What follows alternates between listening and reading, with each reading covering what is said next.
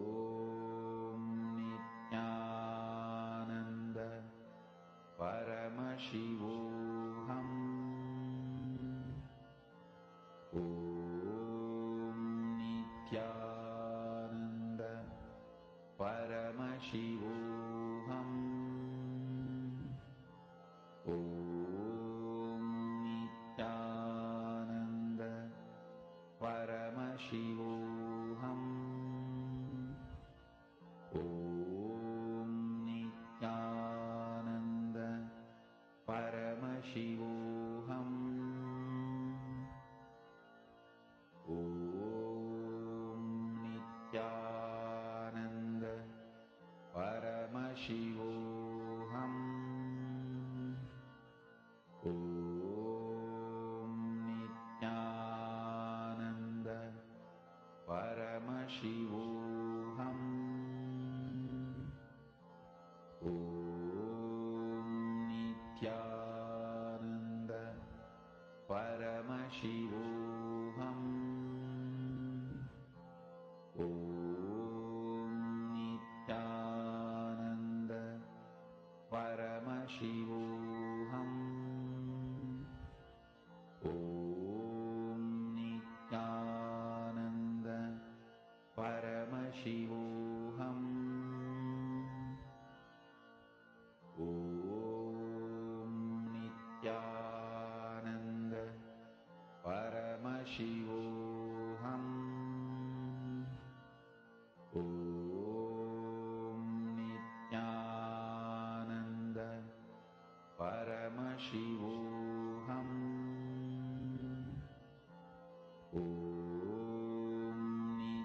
Nityanandam, now as all of you have finished manifesting, let's move to the next and a very important session for today's initiation, where we're going to learn about the technology of spiritual healing. Understand? You have 7 major energy centers. About these 7 major energy centers, almost all religions talk. The 8th energy center, where all these 7 merge, become one with, is what is Anandagandha. That is why I say it is not even a separate chakra, it is a space, source of superconscious energy, where the matter comes in direct contact with consciousness, where the consciousness is directly touching the matter.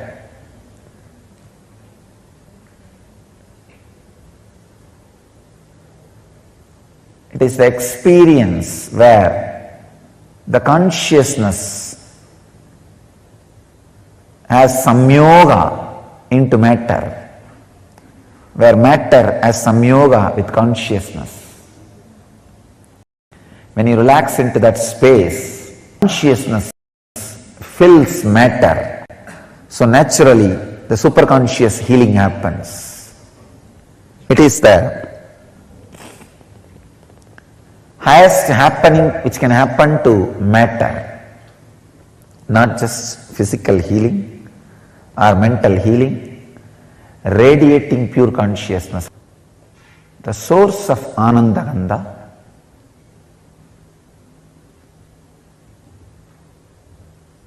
which is source of spiritual superconscious healing, is the ultimate science towards enlightenment, not just physical healing or mental healing. Physical healing also happens because your very DNA structure gets re-altered when you relax into superconscious state. The other day I was reading a book, The Biology of Belief. A great scientist who has done a great service to spiritual tradition.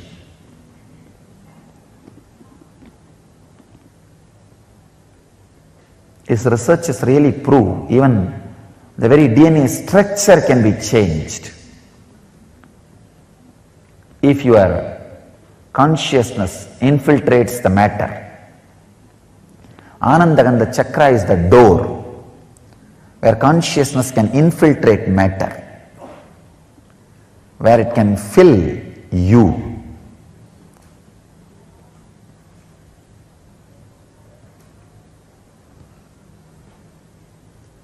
Where it can give you the extraordinary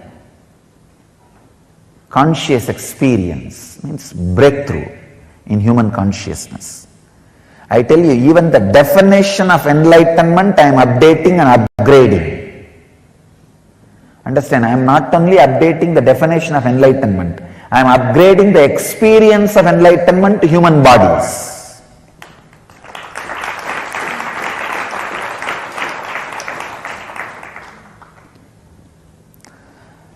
The possibility, the highest possibility which can be experienced in human body, even that highest possibility is being raised.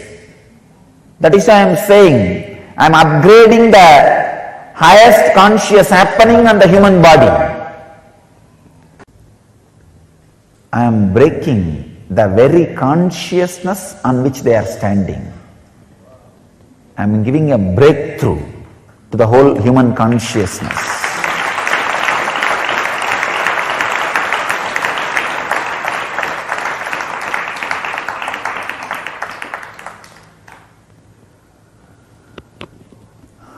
I am inviting all the people who feel the sacredness of my work, my contribution to the human society,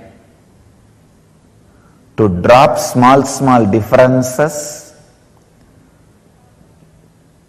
to drop all these petty ideas, one or two if you carry, and gather together to spread this science to the world and protect it without being extincted, destroyed by these unconscious groups, establishments. I am giving open invitation. Whoever feels helped by what I am doing, sympathetic towards what I am doing, feeling friendly for what I am doing, feels this ought to be done to save planet Earth, I invite all of you to drop these petty, foolish, small ideas, self-centered sufferings. If you are self-centered constantly, you will create suffering for you. Drop all those foolish things. Let's stand together to preserve, protect and spread this great science of Anandagandha, the great process of giving breakthrough, great breakthrough, transformation to human consciousness. The very science itself cannot be described in one session. I'll try to give you the glimpse.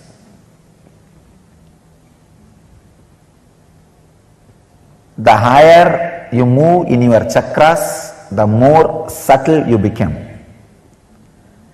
The subtlest possible chakra is Anandagandha chakra, where you are no more ordinary human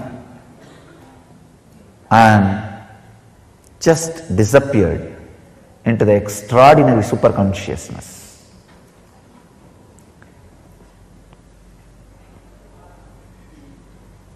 The technique or the process is 2. 1, if it has to be done just by your effort, unclutching. If it can be done with my effort also, process. If it has to be done only by me, initiation.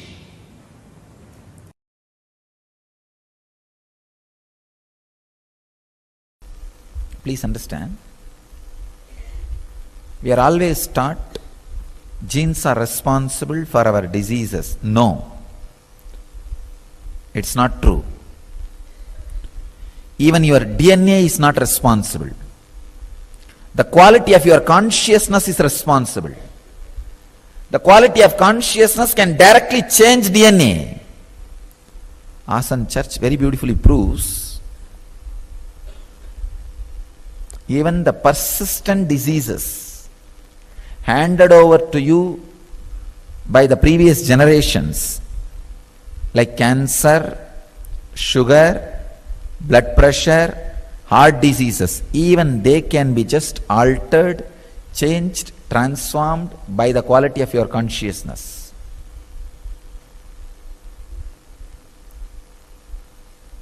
Another research proves only 35% of your DNA is responsible, only 35%, for what you are, who you are, how you are, and all the major factors like your longevity, disease, health and everything. Only 35%. The science of epigenetics and the epigenome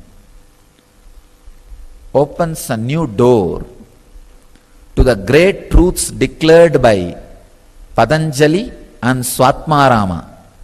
Patanjali in Raja Yoga Sutras and Swatmarama in Hatha Yoga Sutras.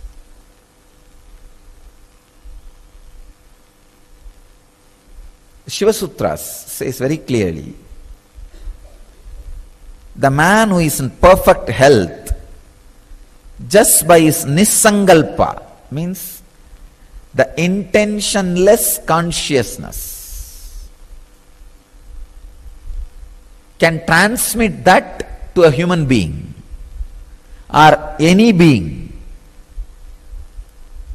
That is what is exactly the science of healing.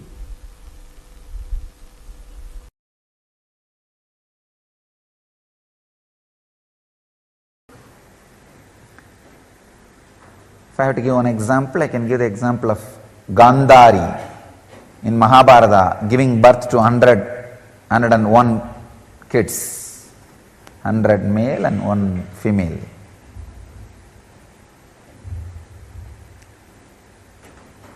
She got aborted. The rishi saw the flesh and really felt bad for the mother. Mother was unconsolable. So he makes 100 pots filled with ghee and different herbs, and the stem cell is used in the human clone happened on the planet Earth.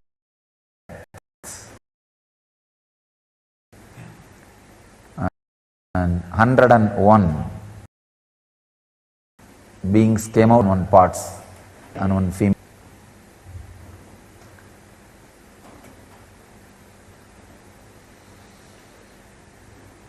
And there are hundreds of other proofs how the science of stem cells was used. Understand? In body, 2 things. 1, stem cell production. Second, early stem cell production means a different quality of stem cell which becomes part of the body, organs of the body. Same way in the cosmos, 2 things are happening. 1, creation of different planets. Second, creation of a space where life can exist.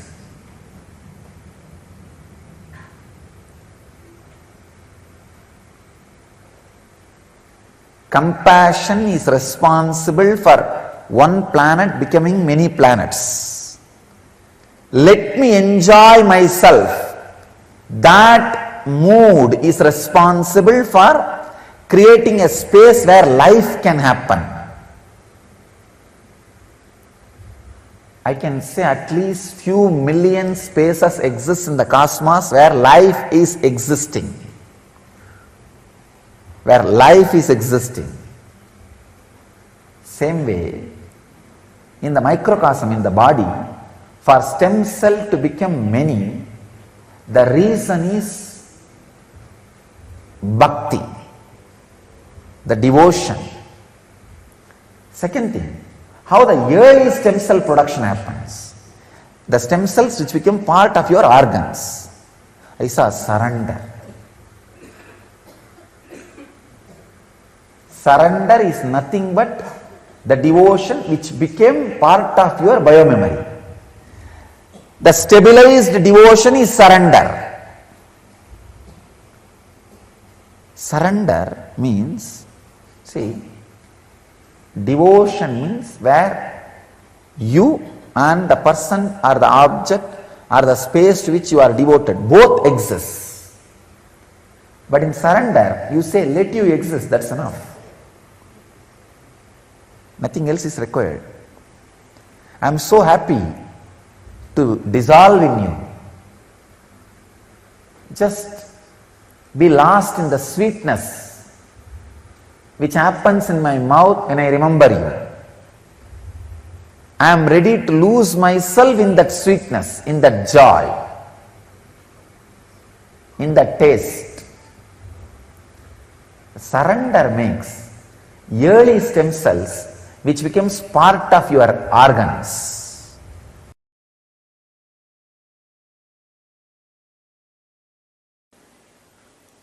I wanted to share a few things about the extraordinary researches and discoveries done by the disciples of Maharishi Mahesh Yogi on Vedic literature and how the Vedic literature corresponds to special aspects of human physiology.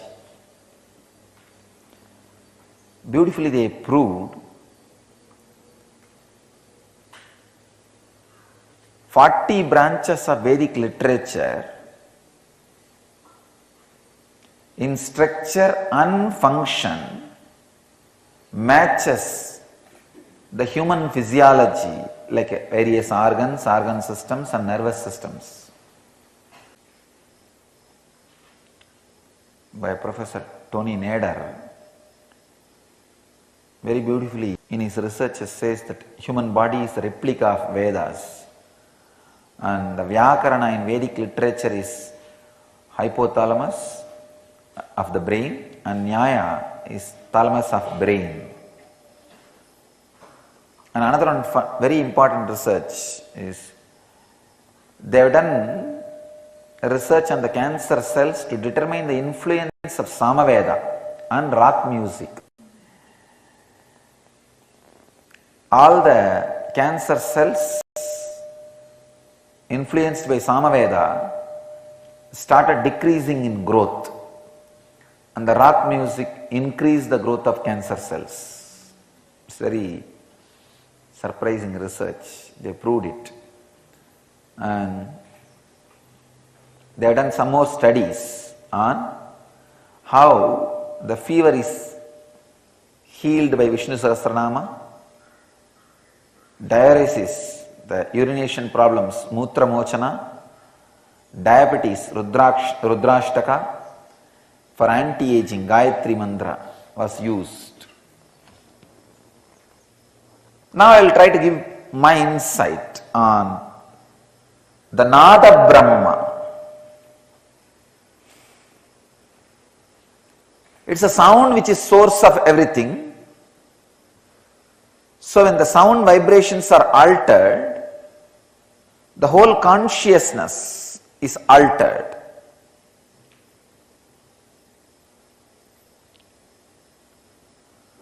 The reflection of consciousness in your body, mind and brain is altered. When the reflection of your consciousness on the body, mind and brain is altered, the physiology of the body, mind and brain gets altered. Please understand, when I say physiology of a mind, I mean mind does have a physiology. It has a clear structure.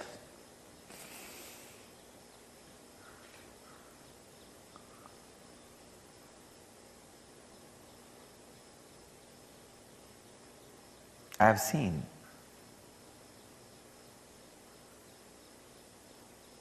Raghupati Yogi, my yoga master, playing with sounds. He will take a stone and create a sound like as if that stone is hit by a hammer. That stone will become two pieces. It will become pieces. The same way iron rope. He'll take iron rope and create a sound through the tongue as if it is hit by a powerful tool, weapon, cutter. It will just break into pieces. And he'll create a sound like throwing a stone. The bird from the tree will fall.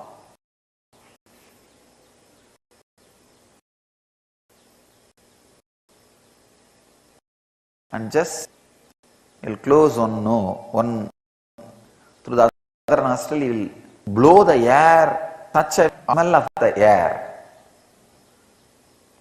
He'll just inhale and blow the air in a very proportionate way. From the stomach he will generate certain smell and release it through the air.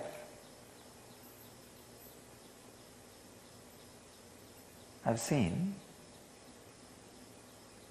He used to medicines also, for which he needs snake venom, snake poison. So he will just do some kind of a pranayam, create a sound and release a particular smell through the nose. The snakes will automatically come near him as if they are in the sexual orgasm. When the snakes get into the intercourse, two snakes, they will roll on the ground and they will move just by rolling. Only if you have seen, if you are from Indian village and seen, you will understand what I am talking. They will not move like a normal way. They will be rolling on the ground, unmoving. They will completely be rolling, unmoving. I have seen the snakes getting into that kind of an orgasmic mood just by the smell. Just by the smell he releases, they will get into that mood and come towards him as if they are in that ecstasy. And all he will do is he will have a small cup, the stone cup, and he will take that snake and put the mouth and take the venom and release them. Just through sound, he will insert certain sound inside the body and create a smell from the body and release it through the nostrils. First you need to play with silence. Then automatically the whole science of playing with sound will be revealed to you. Playing with silence is the technique to achieve the state of playing with the sound.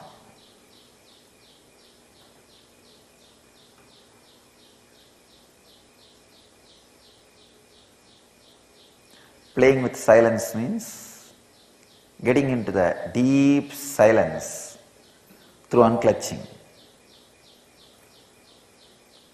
So play with silence by unclutching.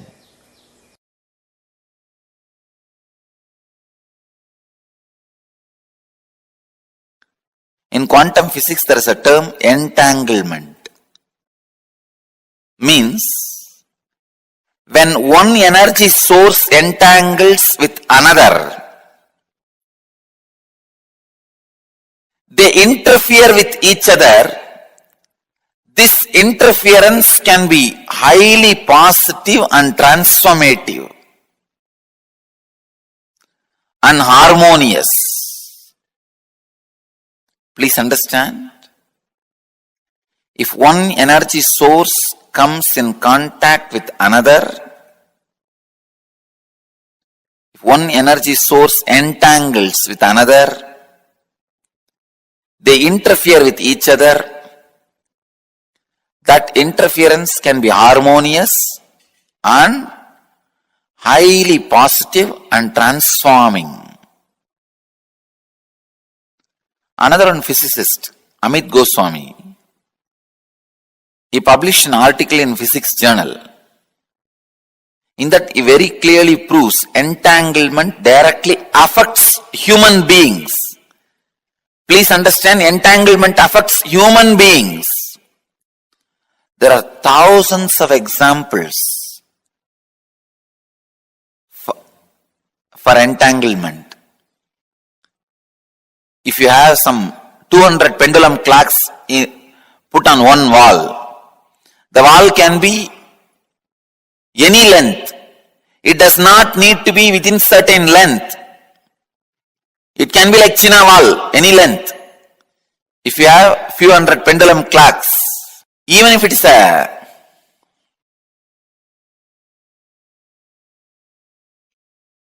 long wall, put hundreds of pendulum clocks and start them all at different times. See, within next few minutes, all the pendulums will swing in synchronicity.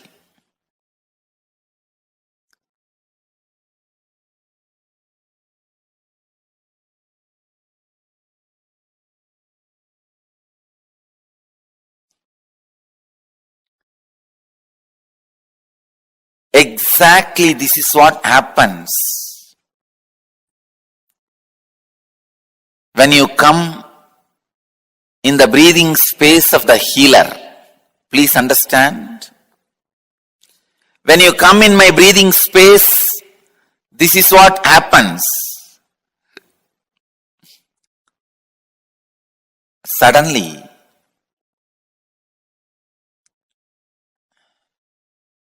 your mind gets entangled with my no mind. I wanted to tell you, entanglement is only in the thought level. If your mind entangles with my no mind, it is entanglement, thought level. Next, please understand, if your muscle memory gets entangled with my muscle memory, that is called entrainment. If your biomemory gets entangled with my biomemory, it's called enlightenment. Entanglement can move to entrainment, then entrainment can become enlightenment. You need to know a few things.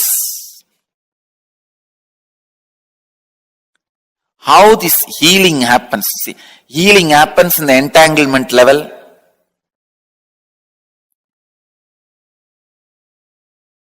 Kundalini awakening happens in the entrainment level. Levitation happens in deeper than entrainment. I can say momentary enlightenment.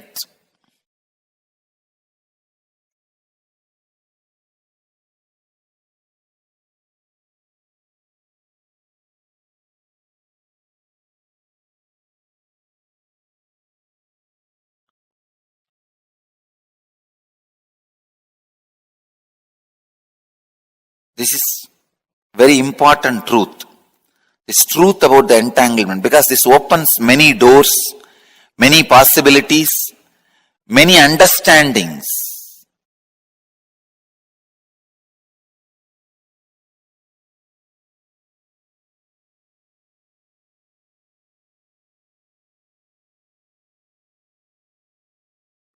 How I heal through healers? Because all my healers are pendulum clocks. Any other broken little altered pendulum clock, I add it in one wall. Both clocks start swinging synchronicity. Understand? That's all. Each one of my healer is my pendulum clock. If you are little broken, disturbed pendulum clock, if both are hung in one breathing space, your pendulum also starts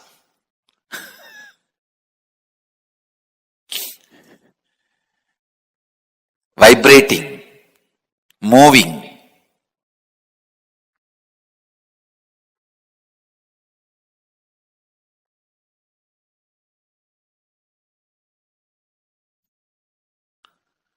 The same tune. And a living practicing healer, please understand, living practicing healer is continuously in entanglement with me. He may be wherever he is. A living, practicing healer is continuously entangled with me. This is what I call physiology of feeling connection. A practicing healer, a healer who lives whatever I am teaching, as long as he retains the feeling connection, the very physiology becomes different.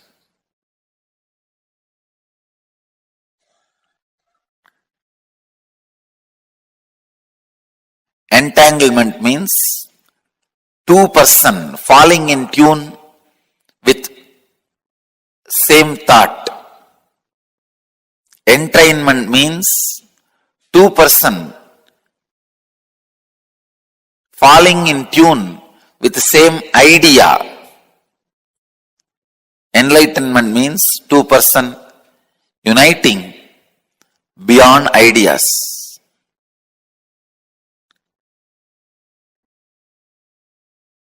When you unclutch, you are in entangle with me.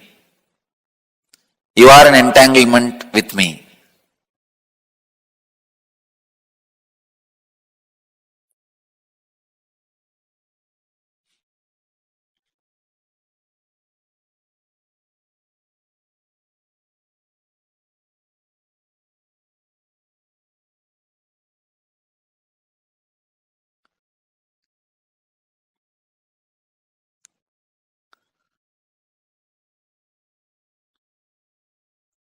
This again opens a huge door.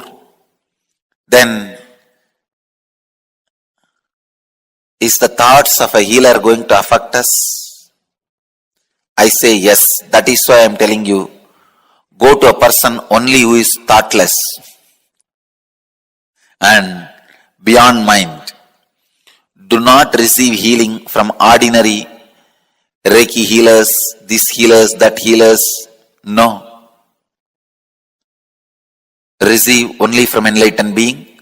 And all my healers, during the moment of healing, because they are entangled with me, they represent me, and it is equivalent to you receiving healing directly from me. You don't need to worry at all, doubt at all about my healers. Understand? This is the physiology of feeling connection. When you have a feeling connection, your very physiology is different. And feeling connection has its own physiology.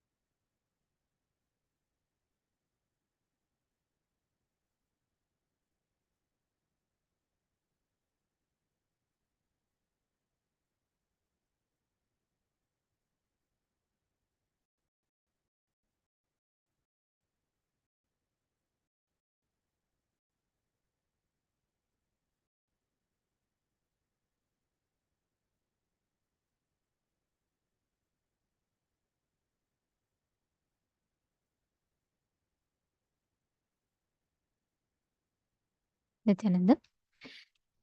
How many of you understood the exact science of healing that Swamiji revealed just now? Please understand, this is the exact initiation all of us are going to be receiving today. We're all going to be receiving the initiation into Healer's initiation. I'd like to start this with a question. Can I ask here, how many of you are receiving the Healer's initiation for the first time today? Can you all post in the chat, please? Who are all here receiving the Healer's initiation for the first time today? Ma Prithvi Prasad for the first time. Okay, interesting. Very nice. All the others? Who are all here for anyone for the first time? Or is there anyone who wants to request the re-initiation? Because I know many of you here, actually almost every one of you here have received it in the past.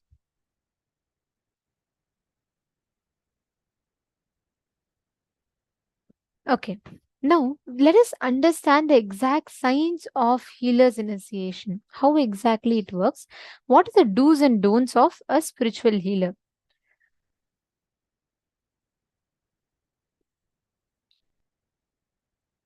So the first thing is there are two types of healing. Okay. One is healing yourself and healing others.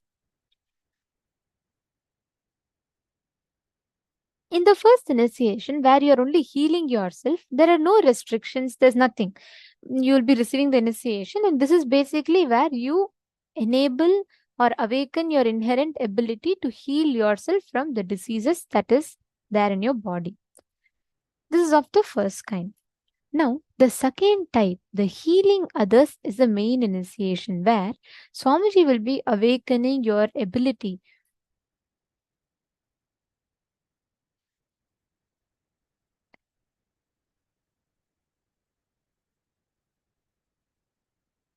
heal another person. So if you are receiving this initiation of being able to heal others, then you will have to say no to smoking, drinking, or eating any non-vegetarian food. So this is not like a restriction, but this is a lifestyle. And we will now be later we'll be explaining to you all why as well. But let's quickly first understand each of these. See, when you drink or smoke or eat non-veg, the energy in your body is completely suppressed. When you meditate and practice healing, you will have a beautiful continuous energy flow in your system. Your whole system will literally be experiencing a very beautiful flow of energy. So what happens when you receive the initiation? You are literally awakening that energy. That energy is flowing inside of you. The moment you consume alcohol, the moment you smoke, what happens is that energy is completely suppressed. It is like there is high energy of Kundalini, the healer's initiation. There's the suppressive energy of alcohol and drugs or smoking or non-veg, which these two energies starts opposing each other. The high energy of meditation, the low energy of alcohol will start opposing each other. And this indulging in these habits or lifestyle creates a very low energy in your body. And also please understand, eating non-veg, it's like this. When you kill a hen, okay, it is not going to say, oh, thank you for killing me. Let you have all the nutrients. Be blissful. I will give you all the energy. I'll give you all the health. No. The hen that is dying is not going to bless you with all energy. It is not going to say, come on, thank you so much for eating me. Enjoy. You'll get all nutrients. No. It is going to suffer. It is going to be in pain. Understand all the suffering, that stress that the chicken goes through. I'm not saying this in more mental pain. Physically, the suffering that the hen goes through, that entire hormones being released, everything gets stored in the muscle. Moral value is one, but even scientifically, you killing another animal and when you eat it, the suffering that that animal goes through, that entire suffering is stored in the muscles of that animal. When you eat that food, when you eat the non-veg, that suffering is transmitted into your system. How many of you are understanding this? How many of you are catching this? Please understand. Have any of you here experienced when you have consumed non-veg, you felt low? Many people actually experience. There was a study conducted by one of the vegetarian pro-vegan organizations in the US, where they studied up to 40 to 70% of the youth and 70% of all adults face sudden signs of stress, anxiety, sleeplessness when they consume meat. That is when the study was carried out, they found out that the moment they eat meat, their average lifespan is reduced, and there's so much of unnecessary stress that's added into their body. Swamiji reveals the precise explanation for it. Have you all experienced whenever you get stressed? How many of you experience physical pain? Like sometimes you'll have the pain in your shoulders, you'll have headaches when you have like severely when you're stressed, and when you're afraid of something, you'll have butterflies in your stomach. How many of you have experienced all these? Put yes in the chat. Yes. Okay. Many of you have put yes.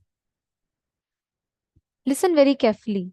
You all experience the physical impact of your psychological and emotional stress, right?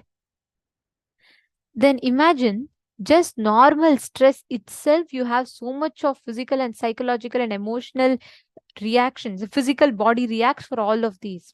Imagine when you're about to kill that animal, how it would be. That whole animal is literally storing that entire hormones in its body before leaving, and when we consume it, you will have the impact of that whole stress, that whole thing gets transmitted into your body. If you have not eaten non-vegetarian, Swamiji tells that's the best thing that you have done, because enlightenment is so much more easier. Just the damage that non-veg causes in the body. Of course, alcohol, any of this. Understand? All of this non-veg enters into your system and transmits that suffering and pain in your body. That is why when you receive healer's initiation, you should not consume alcohol, meat, drugs, or any of these items. Next, the lifestyle of a healer. When you heal, this is a commitment you give by yourself to you. Do not suppress. Do not fight with yourself. You know that you should understand. See, you should not be in restriction. You should not feel like, oh God, okay, I can't eat, I can't drink alcohol, I can't do anything. No, it's not a restriction imposed upon you. Please understand.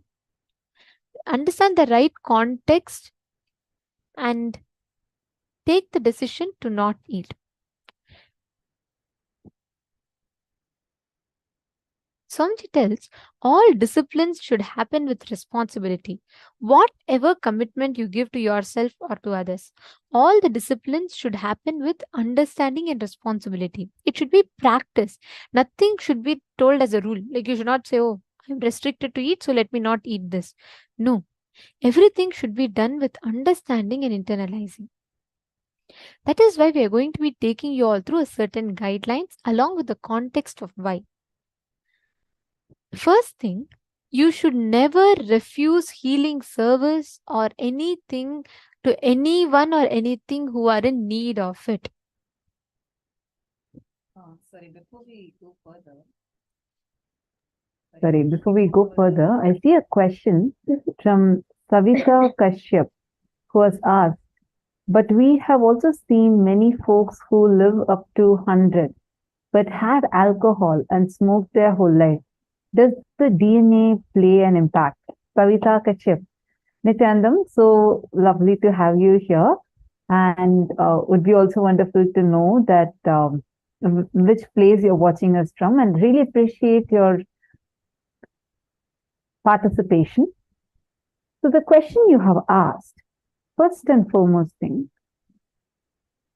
as Swamiji mentioned, 35% in our health and how long we live, in all of these, for almost 35%, the DNA plays a role.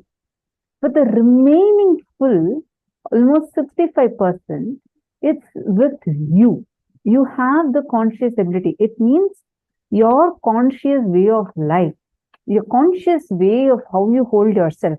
All of these impact in the way how you are going to exist, how long you're going to exist, how, and that means you also have like an upper hand, meaning you can decide which genome you want to activate, which genome you don't want to activate.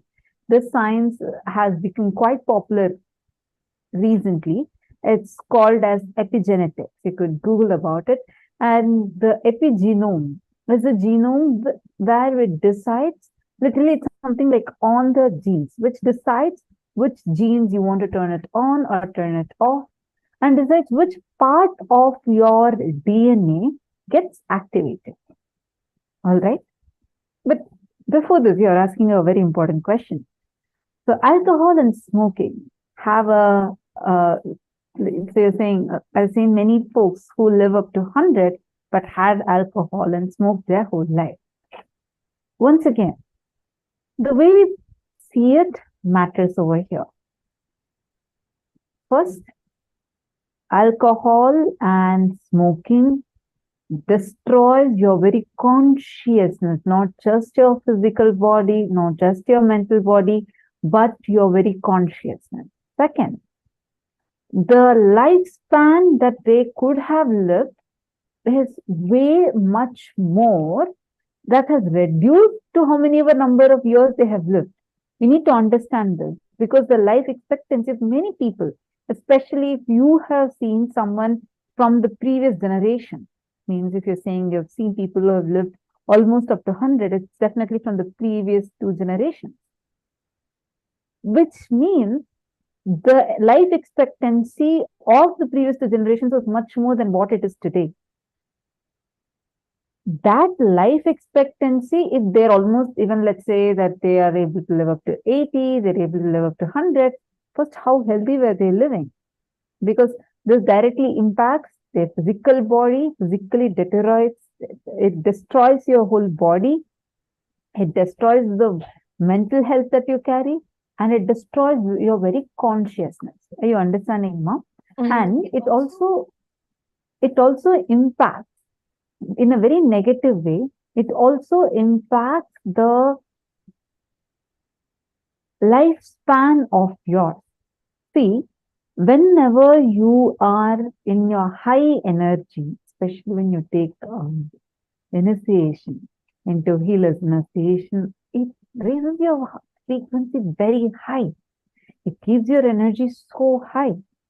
And at such a high frequency time, if you consume low energy alcohol, low energy meat, it conflicts directly with your high energy.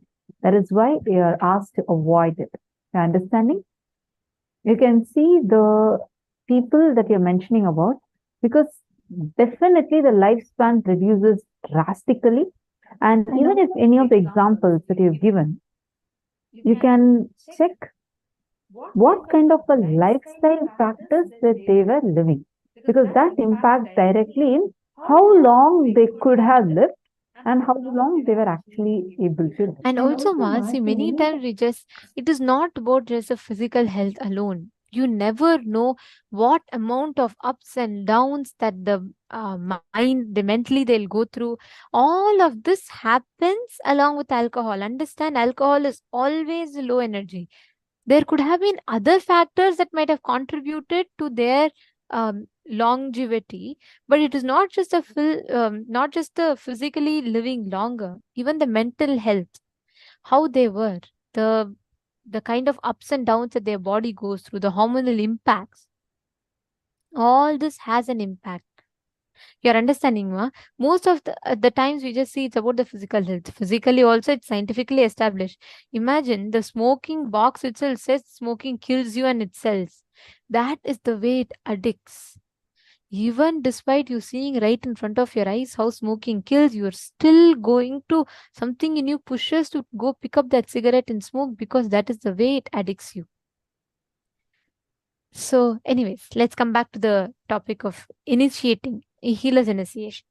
So, first thing, you should never refuse healing service to anyone or anything in need of it, whether it is plant, animals, or inanimate objects or animate objects, both. For example, if your laptop is not working, you should heal. If you have even someone you think is your enemy is coming and asking you healing, please heal. Any personal conflict or difference in ideology with a person should not come in the way of providing healing service to that person. If someone is of a different belief from you, or let's say your colleague is not in agreement with something that you are saying in another project, but he is in need of healing, you should never deny healing to such a person. Healing should never be denied. Clear? Consciousness is energy. There is nothing like inanimate or animate. Even laptops, even Atmalinga, so many people here have stories of how they have healed. I have healed a plant, like a plant was completely dying, a tulsi plant. And it was like almost dead, its branches were all broken. Then just by giving healing to it, when Swamiji gives initiation, I used to come and keep the plant in front of Swamiji's the TV screen. Automatically, the plant completely grew back and it was healed. It's a very beautiful experience, actually. So, you should never deny healing to anyone unless it is danger for your life. You should never deny healing. Understanding?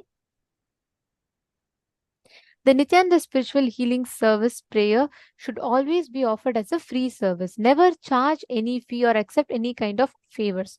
Even let's say your friend says, "Hey, thank you so much for healing. Because you healed, I want to give you some money." You should say, "No, please do not offer to me. You please put it into Swamiji's feet." And you have to redirect them to offer it to Swamiji's feet. Because when they offer, it is literally they're offering their karmas. So you have to make sure they're offering it to Swamiji's feet. If even let's say you should not ask them any favors, you should not say, "Hey, you know what, I healed you, right? Can you please drop me at the airport because I healed you and you were benefited from it?" That is wrong. For just because you healed a person, you should not ask them any kind of favors at all. Clear? If any one of them are wanting to offer, direct them to Swamiji. Let them keep the offering at Swamiji's feet, right? And we suggest and encourage all the participants to regularly offer the healing services in one of our Kailasas around the world. And understand, healer's initiation is an opportunity that you will have to give that ultimate experience of healing. The gift that you have received, to share that with others. Now, someone has been responsible for bringing you to Swamiji, and therefore something has been added to your life, is it not? You are doing the same. There are many people who worship the ones who introduced them to Swamiji. Just like how people took up the responsibility of introducing you to Swamiji, you should take up the responsibility for this to reach out to more people.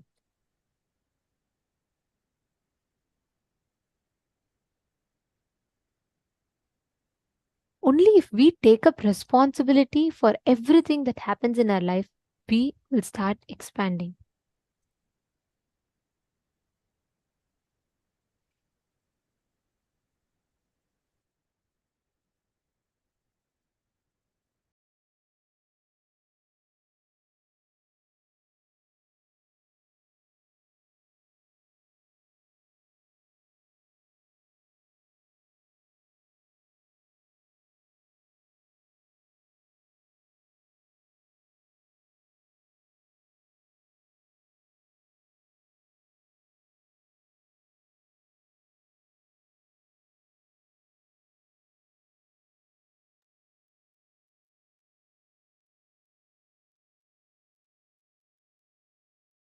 Understand, responsibility is a consciousness. Only those who feel responsibility as a consciousness can become spiritual healers. Be very clear. You can stand up only if you feel responsible for people's spiritual upliftment. When you stand up with responsibility, you expand and the divine energy flows through you. When you feel compassion towards others suffering, the whole thing takes a shape of responsibility and expresses itself as energy. That's all. Swami Vivekananda's motto for his mission was Atmano Mokshartam Jagat Hitayata. He describes the goal of his mission as for spiritual liberation as well as bring good to humanity. He implies that without taking up the responsibility for the good of the world, you cannot talk of spiritual liberation. Now let's enter into the procedure for spiritual healing. This Nithyananda spiritual healing technique is that it not only helps the person you're healing, but also helps your own spiritual growth. It is actually a very powerful science. Anyone, if you have received healer's initiation, definitely you know what we're talking about, right?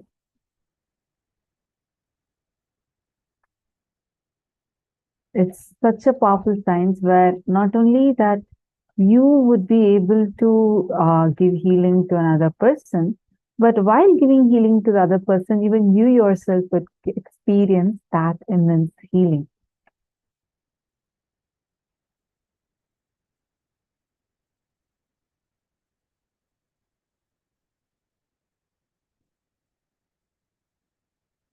Ma Savita Kashyap is saying, I've also heard of yoga enhancing their life. Oh, sorry, I have also heard of yogis enhancing their lifespan to 200 or 400 years by pranayama.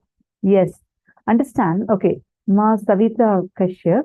Actually, earlier we had played a very important session. It was called as Kayakalpa. As Swami is explaining this very exact science. And today you will get initiated into that also. And if you have not attended the whole day's program, we highly recommend you to attend the whole day's program. And okay, continue the question. But is that possible? And if so, if they just meditate, they're practically not doing any physical thing to help to others. Pardon my doubts? No. You do not worry about asking your doubts. Feel free. I really appreciate your participation. You can ask your doubts. It is possible for extending your life. It is possible by doing that using yogic techniques. And you're telling a very important statement over here. You're saying that, okay, these yogis also did their yogic practices, but they were just sitting in one corner and meditating. And how do you think that they were able to expand their life so much? And they are practically not helping anyone. You need to understand something very important over here. I know you are asking this question because just now we were explaining about how only when you take responsibility, your life even starts. And it's very important for you to take responsibility to enrich others, right? First and foremost thing, a yogi sitting and meditating in the icy Himalayas, doing tyaga of everything else, just sitting and doing intense meditation. And from that intense meditation, when he sits, creates that space, and he sits, connects the whole cosmos from that immense space of oneness. He is contributing to the planet Earth much more than anyone else doing any other work. Understand, this is a very, very important thing for us to cognize, a very important thing for us to understand.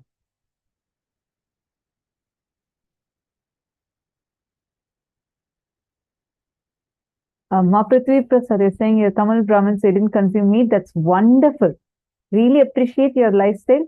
Actually, that really helps, Ma. You will have a lot more powers within you which can be awakened.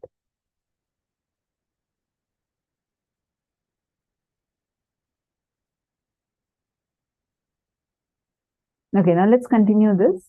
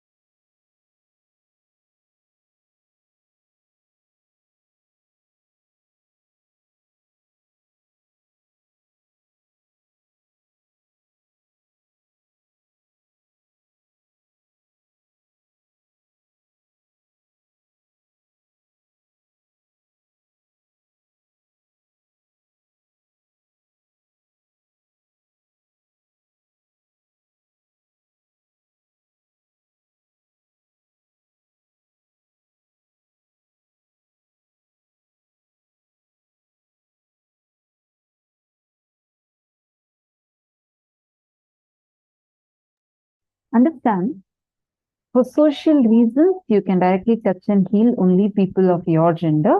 And for the opposite gender, please use the healing stick provided to you during the healer's initiation.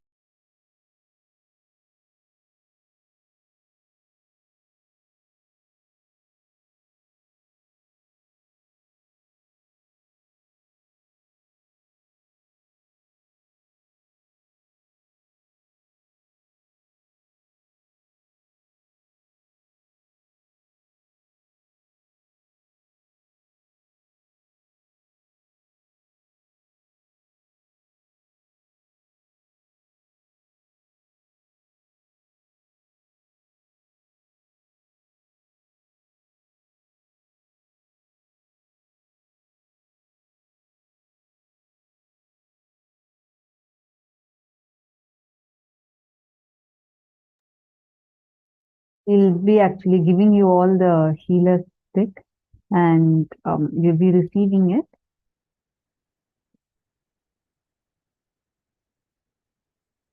You can use your Atmalinga also for the purpose of healing. All right. This is the way how you are going to be standing and doing the healing. So you should always stand only in the side, either sides of the person who you are healing, or you can stand at the back. You should not stand in the front of the person to whom you are giving the Nithyananda spiritual healing. I request all the participants to kindly acknowledge this. If you have understood so far, please kindly acknowledge. So this is a very important point. Make sure that you're only standing on either side of the person like this, exactly as it is shown in the picture. And you should not stand in front of that person, or you can stand behind the person, but you should never stand in front of the person.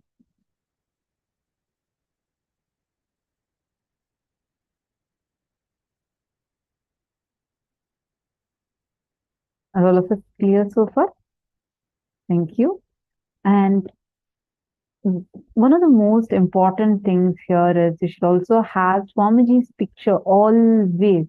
Always you should be having the picture of Swamiji in the place where you're giving healing. Wherever you're giving healing, only with the picture of Swamiji. Now you're not going to start healing. Only after receiving the initiation from Swamiji, you can start healing. And this is the procedure how to do the healing. It is so powerful. It's so powerful. Anyone who receives this initiation can do it. The first level initiation is healing for you. You can do the healing for yourself.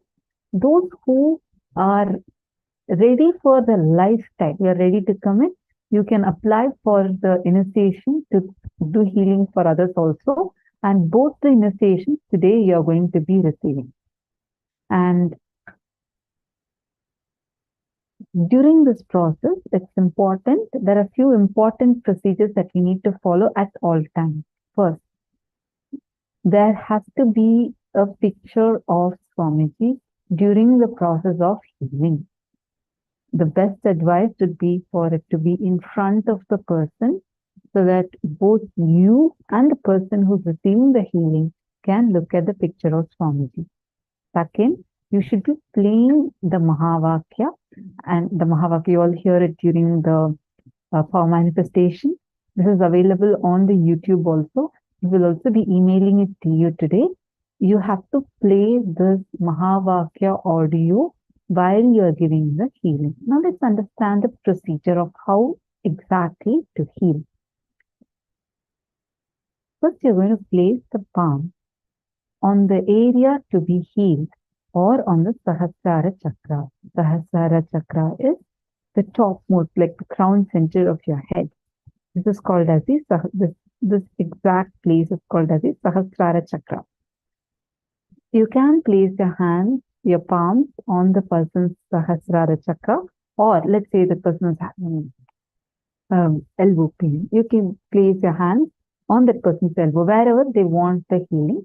You can place the hands there. Close your eyes and visualize Swamiji's face visualize the beautiful form of Swamiji, and you're going to bring your awareness to your Anandagandha chakra. Anandagandha chakra is the region below your heart center and above your navel center. This region is Anandagandha chakra. So in this region, the Anandagandha chakra, you're going to bring your awareness, visualizing Swamiji's form, and you should start chanting the Mahavakya, Om Nithyananda Paramashivam. Immediately you will find energy just gushing forth from your Anandagandha chakra. You just simply bring your awareness into the Anandagandha chakra and relax into yourself. Don't worry about the energy flow. It will happen on its own. Don't worry when is it starting, when will it stop. It will be on its own. Understand it's a cosmic intelligence. So listen clearly. I'm going to repeat the process again. You're going to stand or sit. Anything is perfectly fine. Make sure you're either in the side or behind the person to who you want to give the healing. Please make sure you're having the picture, the photograph of Swamiji, either in front or anywhere. It has to be in a place where it's visible for both of you within the room that you're healing. And place your palm on the person's Sahasrara chakra, on the top of their head, or on the place where they need the healing. You're going to then bring your awareness to your Anandagandha chakra. Remember the beautiful form of Swamiji. You'll immediately sense the energy just gushing into your Anandagandha chakra. Just bring your awareness there and relax into that energy. You will actually feel the energy will start flowing through your palms, flowing through you and into your palms and to the person to who you are giving the healing. Once you are relaxed, and mainly you should start chanting the Mahavakya. Om Nithyananda Paramashivoham. And you could even play it, but you should be chanting also.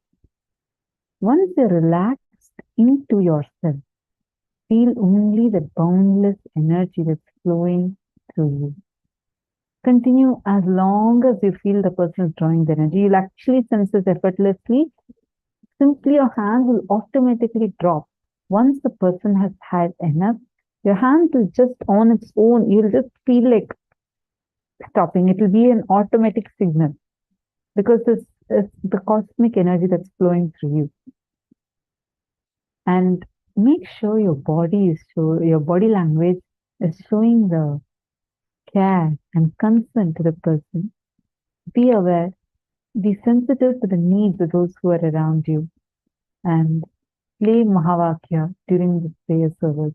And always make sure that there is a picture of Swamiji in the room that you're giving the healing. Now, important legal disclaimers.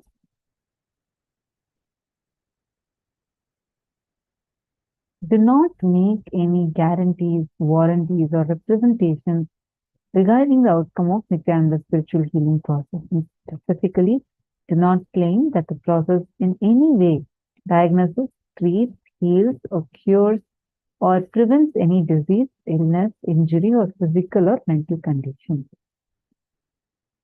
Do not use the word patient to the person who is receiving healing. To whoever you are giving the Nithyananda spiritual healing services, do not call them as patient. You should not use the word patient for them. And if you are a licensed physician or other licensed healthcare practitioner, advise everyone to whom you are providing the Nithyananda spiritual healing services that such services do not constitute diagnosis, care, or treatment, or the practice of the medicine or any other health care. The Nithyananda spiritual healing does not involve the diagnosis or treatment of any medical or psychological condition and does not involve the use of any physical intervention or manipulation of the human body. Any benefit that an individual experiences comes from within himself or herself based on his or her body's ability to heal on its own. Understand and acknowledge that your participation in the Nithyananda Spiritual Healing Program is on a voluntary basis. Do not charge or accept any fees or favors for Nithyananda Spiritual Healing Services that you may provide to others. Do not provide Nithyananda Spiritual Healing Services if you are suffering from any physical, mental, or psychological disorders or taking any medicines for any physical, mental, or psychological disorders. If you become aware that an individual who has requested your Nithyananda Spiritual Healing Services appears to suffer from a mental disorder, do not provide Nithyananda Spiritual Healing Service and recommend that he or she seek attention from an appropriate licensed healthcare practitioner or mental health care provider. If you are a licensed physician or other licensed healthcare practitioner, do not engage or claim to engage in medical diagnosis, care or treatment, or in the practice of medicine or any other healthcare profession in conjunction with any of your activities as a Nithyananda spiritual healing practitioner. Meaning you can be a doctor, you can still continue your profession, but not with the claim that because you are a Nithyananda spiritual healing practitioner, you become a doctor. No, you cannot claim that based on the right. Now, we request all of you to take a few minutes and head to paramashivoham.org, kailasa.org/paramashivoham. You will be able to get the Healers Initiation forms over there. We will also project the direct link for all of you. Our support desk team will be posting this on all of your chats. You all will be able to see that in all of your chats now. Please take a moment and you can go ahead and fill it.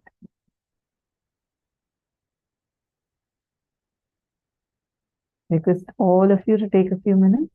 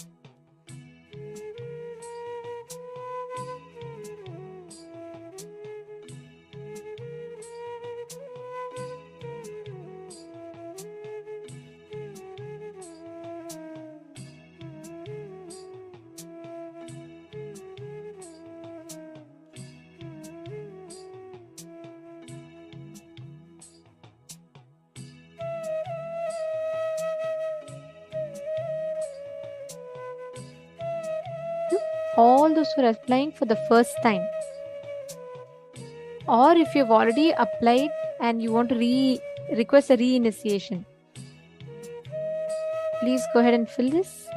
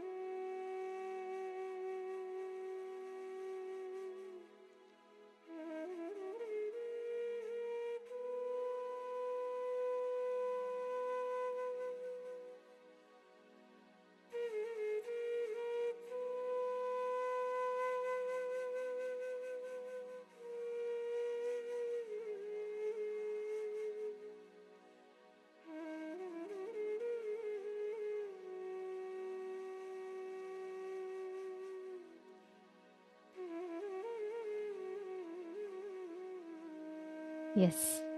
Please relax. And all of you have filled up. Okay. Can I request all the participants to please confirm if you have filled up the form?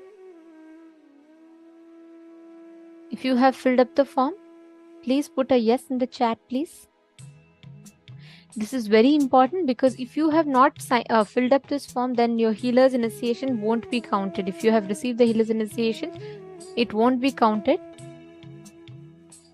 You will not receive the healer's initiation.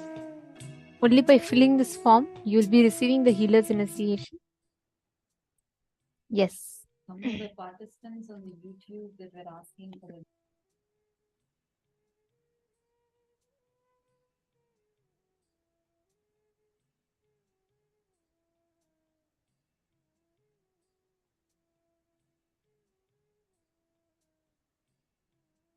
all the Zooms, YouTube, Facebook. I hope all of you have filled up.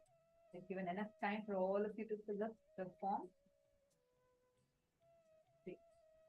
Now we are going to be entering into preparing ourselves for the most awaited part of our day, which is if any of you have your friends, your family members, any of them that wants to receive the healing, the darshan today, please have them join us, have them come over, let them all join, and let all of them receive the initiation, let them all receive the healer's initiation.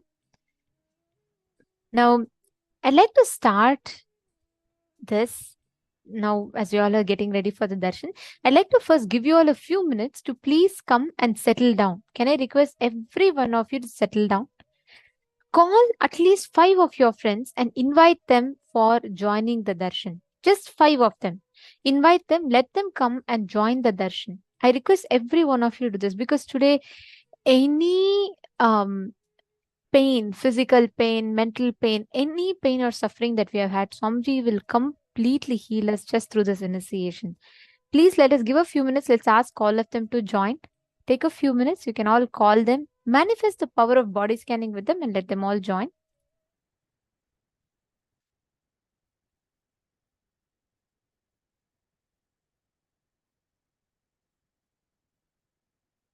Paramashivoham.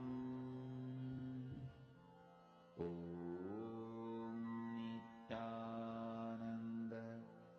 Paramashivoham. Om Nithyananda. Paramashivoham. Om Nithyananda.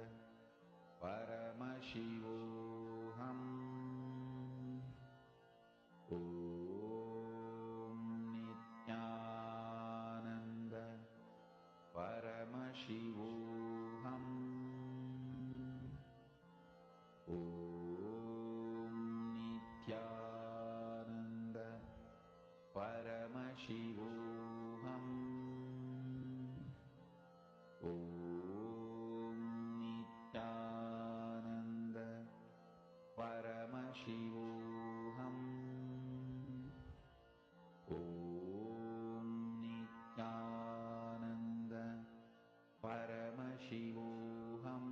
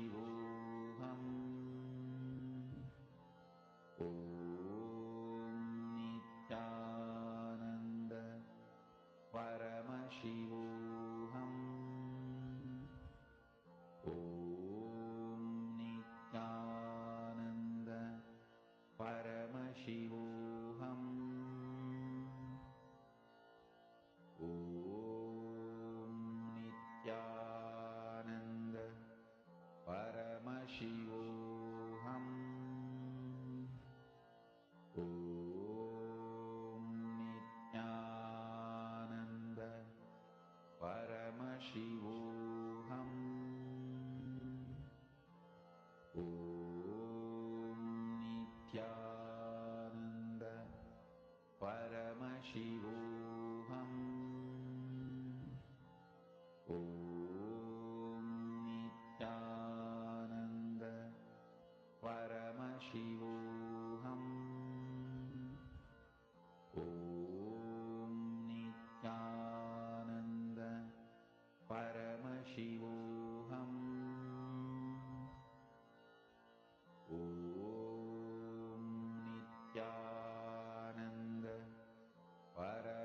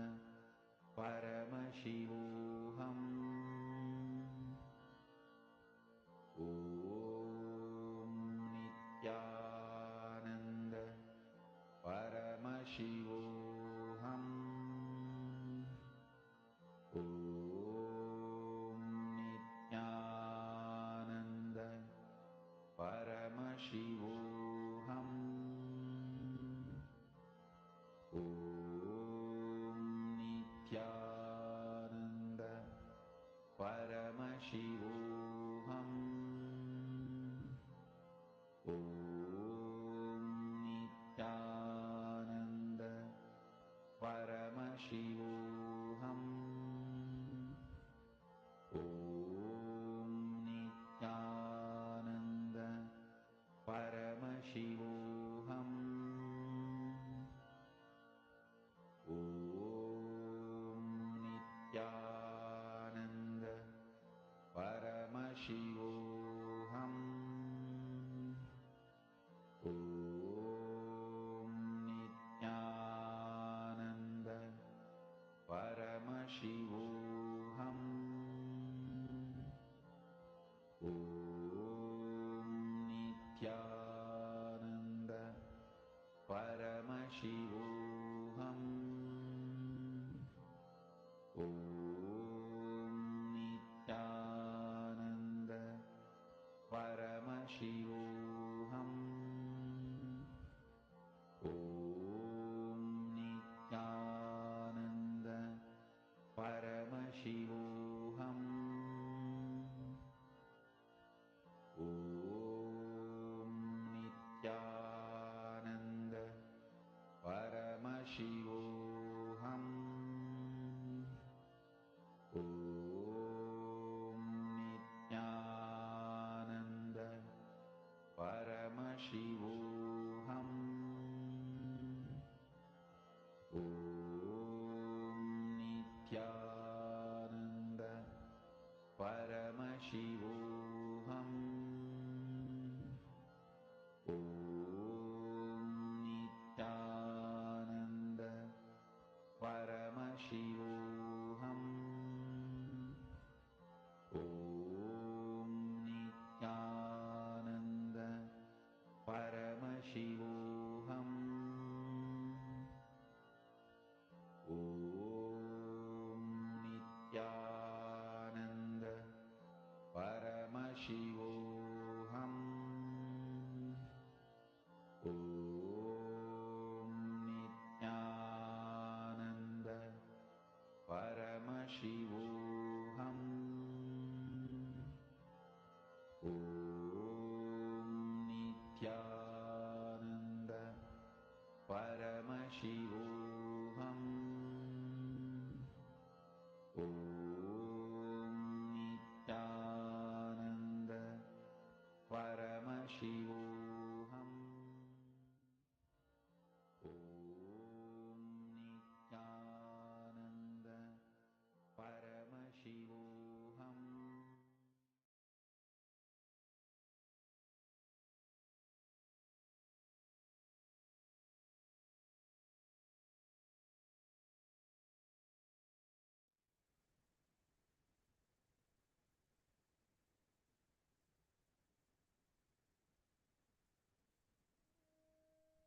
Yes, please relax. How many of you have manifested? How many of you were able to connect to your friends and family members?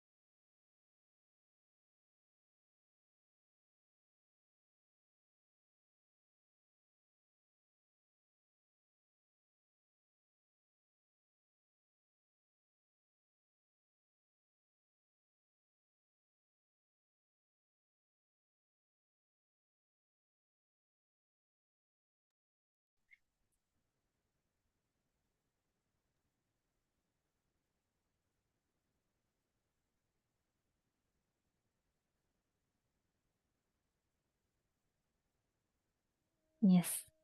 Now, as all of us get ready for the darshan, we wanted to take a few minutes to share with all of you, to continue sharing from what we were presenting yesterday to all of you. Each and every single initiation that we are receiving, each and every single gift that we are receiving, for one initiation, right? Just one healer's initiation, Swamiji has to go into that space of samadhi. He has to literally download all that sciences and he has to make it available for us. It's a lot of work for an avatar. Swamiji has healed millions of people out of so many diseases, so many things that people are suffering, healing them and walking them out of deadly diseases. But today, what society has given back to such an avatar who has given his everything to us, for us, is just so painful. I'll just share with you all about what happened exactly 4 days ago from today. We were sharing with you all about the Trishula Madhinam in the last 2-3 days, right? This is the current status of the Kailasa Trishulam, the very monastery campus and temple that Swamiji had set up to serve the people. That very place that Swamiji had set up to give free food to the people is being razed to grounds. Is completely demolished. This was a Paramashiva's temple with everyday puja, everyday rituals happening there. On 15th of August, the very day that we are actually celebrating Independence Day, where the freedom is celebrated. This is the status of the Hindu monks who are worshipping, who are living in that temple, having a peaceful life in that temple. And that temple is completely razed to grounds, completely destroyed. You all can see it is literally in pieces. There is no justice served. Paramashiva, the temple that is supposed to be worshipped, the temple that is supposed to literally continuously, that has been serving people, has been completely demolished to grounds on the 15th of August, the very same day that India celebrates independence. This is the status of our temple. This is the status of the very place where Swamiji had set up. Swamiji himself had made sure that, true to his commitment, keeping true to his word to the devotee, he had ensured he built a temple. Paramashiva was worshipped there. Yesterday, Ma Bhaktika was sharing with all of us about how her grandmother gave this land to Swamiji with the prayer, requesting a boon for Paramashiva's temple to be happening there, functioning there. And an onslaught of attacks that continued thereafter. Yesterday, we were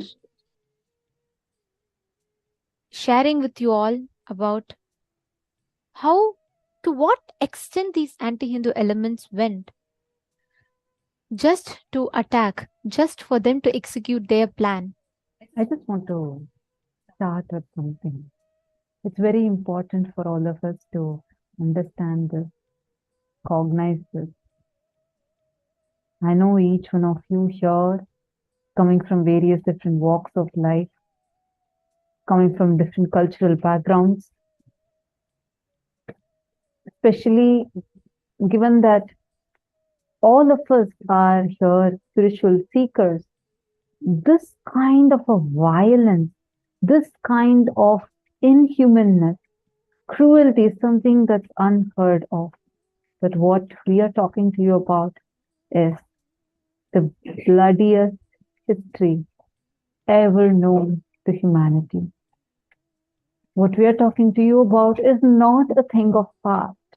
We are not talking to you about what happened few centuries ago, what happened few decades ago, what happened few years ago, or what happened even few months ago. We are talking about what happened just 4 days ago. We've been telling you this. It was actually 15th of August, 2023, when all of us were here enjoying the Paramashivam program.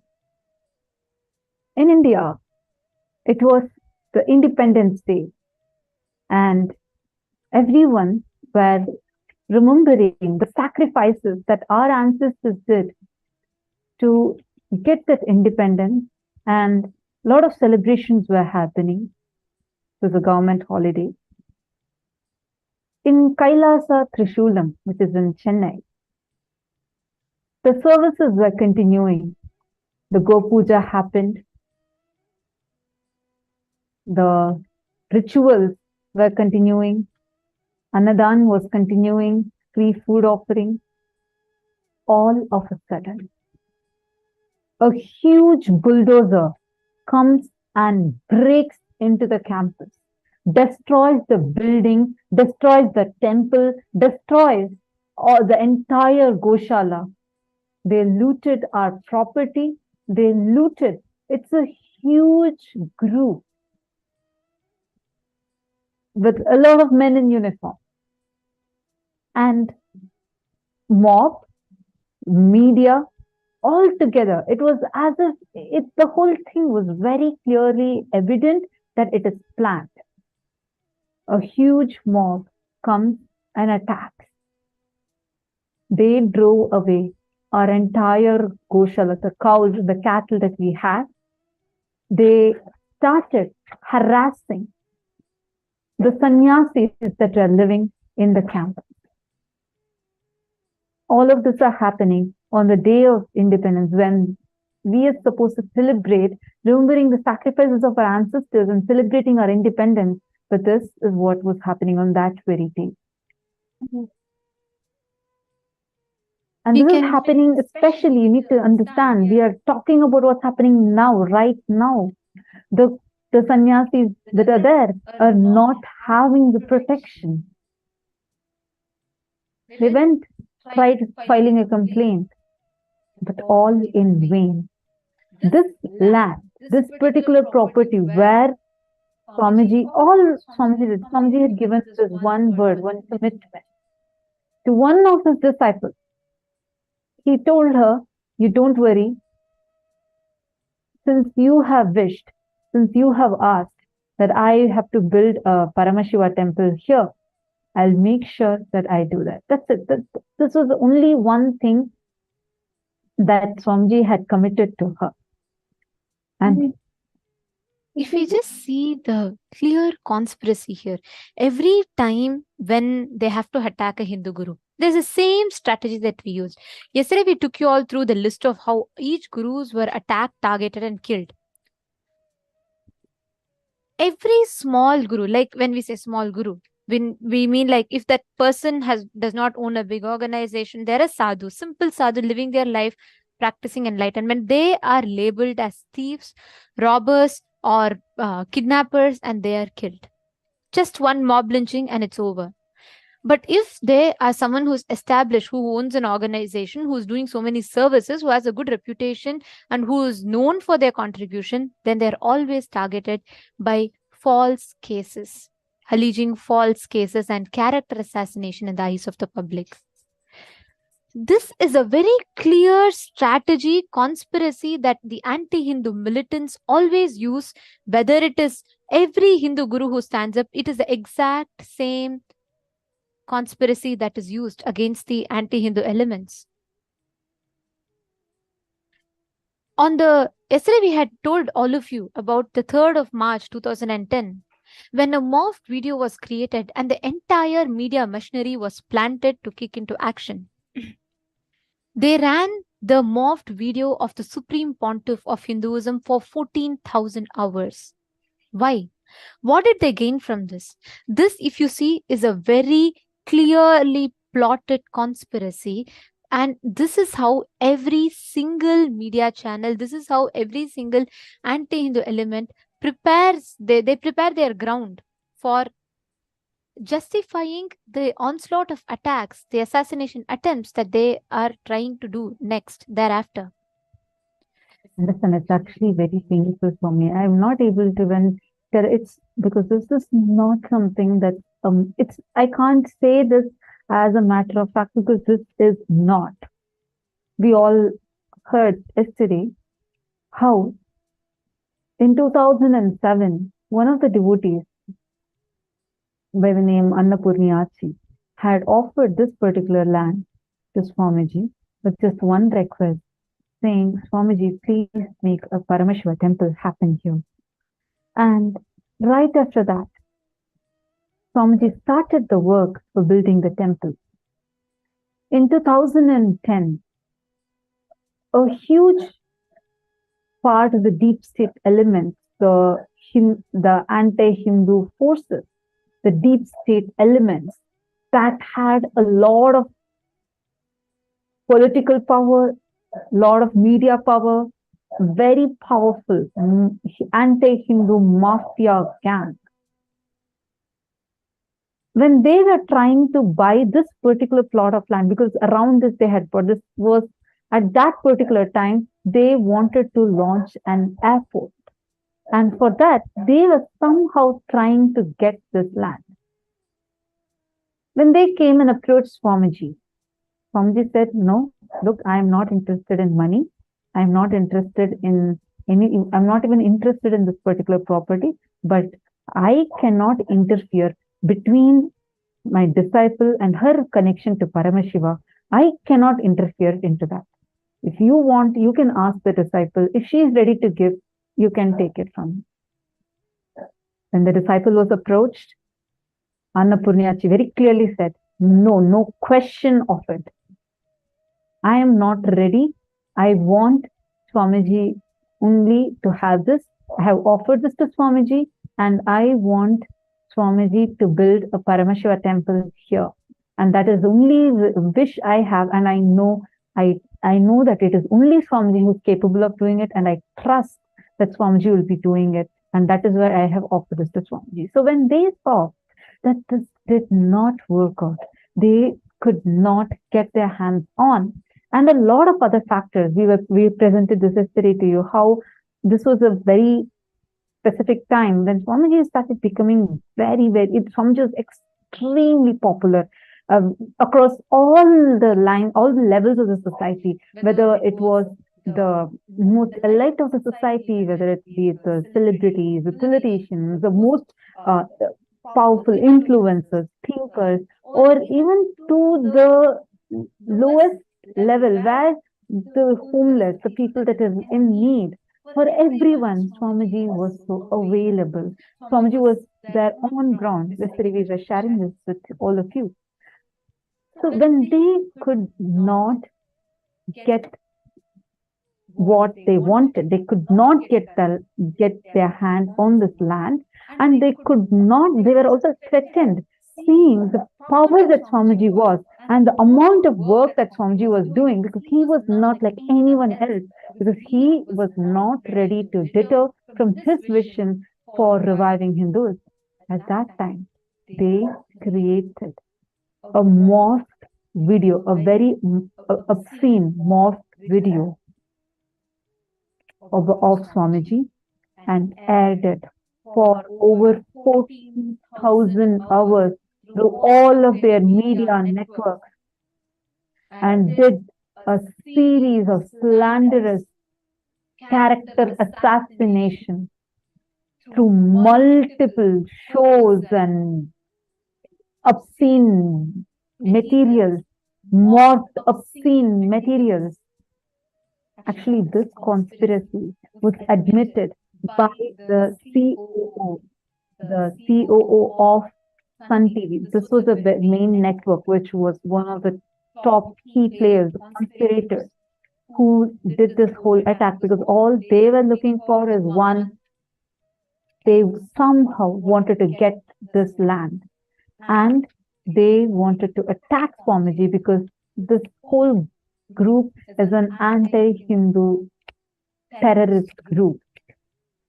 We have a video where Hansraj Saxena, who was the Sun TV CEO, he confessed how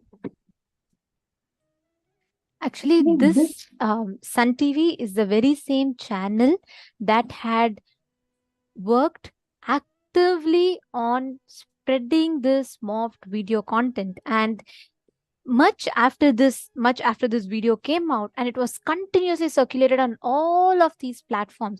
See, if you understand the strategy behind this, all the anti-Hindu elements got together, joined their hands, so that they can first create a ground to justify.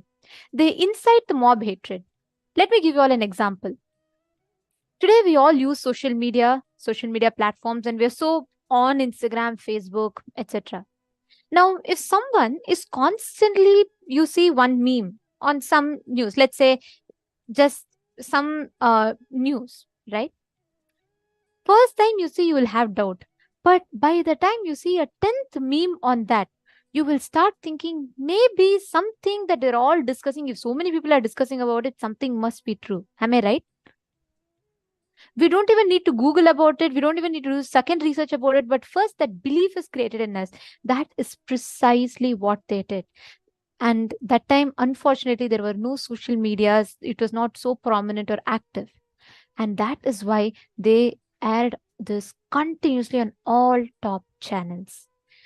Sun TV had aired this doctored video, the morphed video of the SPH, continuously on their channel, and magazines had printed it and published it all at the same time.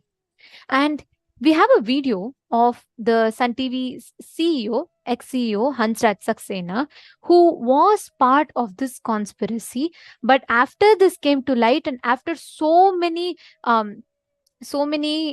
different people who did the research on the video, they all confirmed that this video is morphed. When so many people started coming out saying, exposing how this video was morphed, the Sun TV CEO Hansraj Saxena had come out in the public and confessed how they morphed the video just to get money and use it for extortion. We are going to play that exact clip where he is coming out. The Sun TV's CEO Hansraj Saxena had confessed clearly that the whole video was morphed and used for blackmailing and extortion.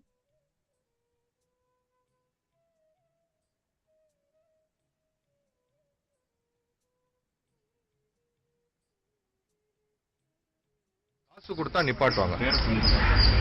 அந்த news editor Raja and his team தான் sir. அவங்க தான் sir பண்றது. அவங்க டீம்ல போனது ஒரு network வச்சு தமிழ்நாடு ஃபுல்லா ஆட்களை வச்சு நியூஸ் எடிட்டரும் அவர் டிபார்ட்மெண்ட்ல இருக்கிற ஆளும் அவங்க பண்ண ஒரு மிரட்டல் நாடகம் தான் இந்த நித்யானந்தா. அந்த நியூஸ் டிபார்ட்மெண்ட் எதுவா இருந்தாலும் காசு கொடுத்தா போடுவாங்க, காசு கொடுத்தா நிப்பாட்டுவாங்க. அந்த news editor Raja and his team தான் சார். அவங்க தான் சார் பண்றது. அவங்க டீம்ல போனது ஒரு நெட்வொர்க் வச்சு தமிழ்நாடு ஃபுல்லா ஆட்களை வச்சுக்கிட்டு ஒரு ஃபேக்டரியை போய் கவர் பண்ண சொல்றது. ஃபேக்டரியில இருந்து கழிவு நீர் வருது, மக்கள் பீதியில இருக்காங்க, அவஸ்தப்படுறாங்க, 2 கழிவு இருமுற மாதிரி ஷாட்டை போடுறது. மறுபடியும் பின்னாடியே ஒரு ஆள் அமைச்சு காசு பேசி பேரம் பேசி வாங்குது. இப்போ நித்யானந்தா கேஸை பொறுத்த வரைக்கும் ஒரு பெரிய பிரளயமாச்சு சன் நியூஸ்லையும் சன் டிவியை பொறுத்த வரைக்கும். அதுக்கு கூட ஷேக்ஸ்பியர் தான் அடிபட்டு இருந்தது இல்லைங்களா? ஸோ அந்த நித்யானந்தா கேஸ் பர்டிகுலர் அதை பற்றி என்ன சொல்ல விரும்புறீங்க? இது வரைக்கும் எவ்வளோ வழக்குகள் போயிட்டு இருக்கு. இவங்க கலாநிதி மாறனும் நியூஸ் எடிட்டர் ராஜாவும் சேர்ந்து இதை போட்டு அது பெருசு பண்ணணும்னு முடிவு எடுக்கிறாங்க. நியூஸை போட்டு அடின்னு அடித்து அந்த நியூஸ் டிபார்ட்மெண்ட் நாட்களை நித்யானந்தா கிட்ட ஏதோ வசூல் பண்ணணும்னு ட்ரை பண்ணி எல்லாம் பண்ணது அந்த team.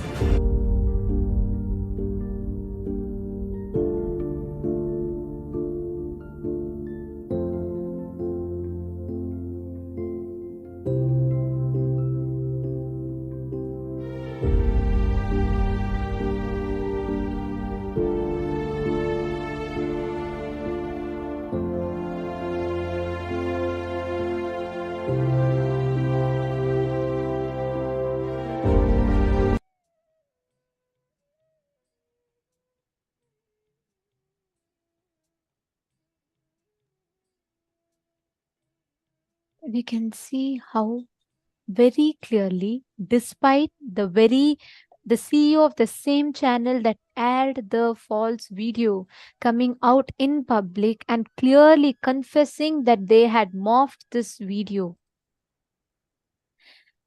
the conspirators, the anti-Hindu media elements were so well prepared with their strategy. They were so clear. Their only aim was to eliminate the Supreme Pontiff of Hinduism. Why? Because Swamiji was a very clear voice standing up for Hinduism at that point in time. And Swamiji was voicing out continuously of all the attacks that were happening to Hindus. So many Hindu gurus were getting attacked continuously. But the anti-Hindu media mafia were so strategic and well prepared with their plan that they aired this video at the same time for 14,000 hours. You all can see here. Each channel, we have provided you all with the names of the channel and how many hours they aired this video again and again and again. When the video was clearly declared as it is morphed, when the video was clearly told it is morphed, and so many forensic labs came forward and established clearly how it is a morphed, doctored video. And after the very conspirator, one of the very conspirators who blackmailed Swamiji and who confessed clearly that it is a morphed video, even after that, they still continued to air.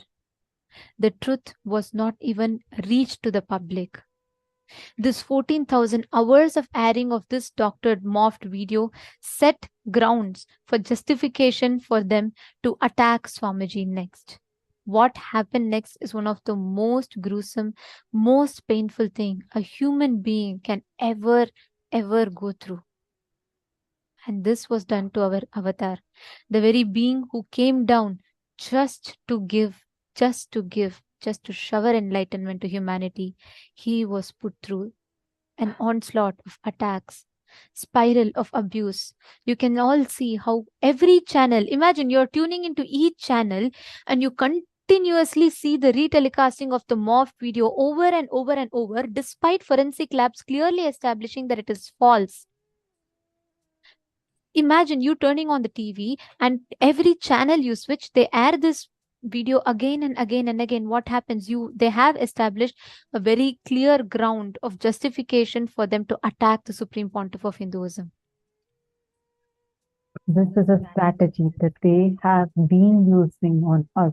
Yesterday, all the examples that we saw, all those are the examples of people that they successfully attacked. But understand, the last lamp of Hinduism is Swamiji.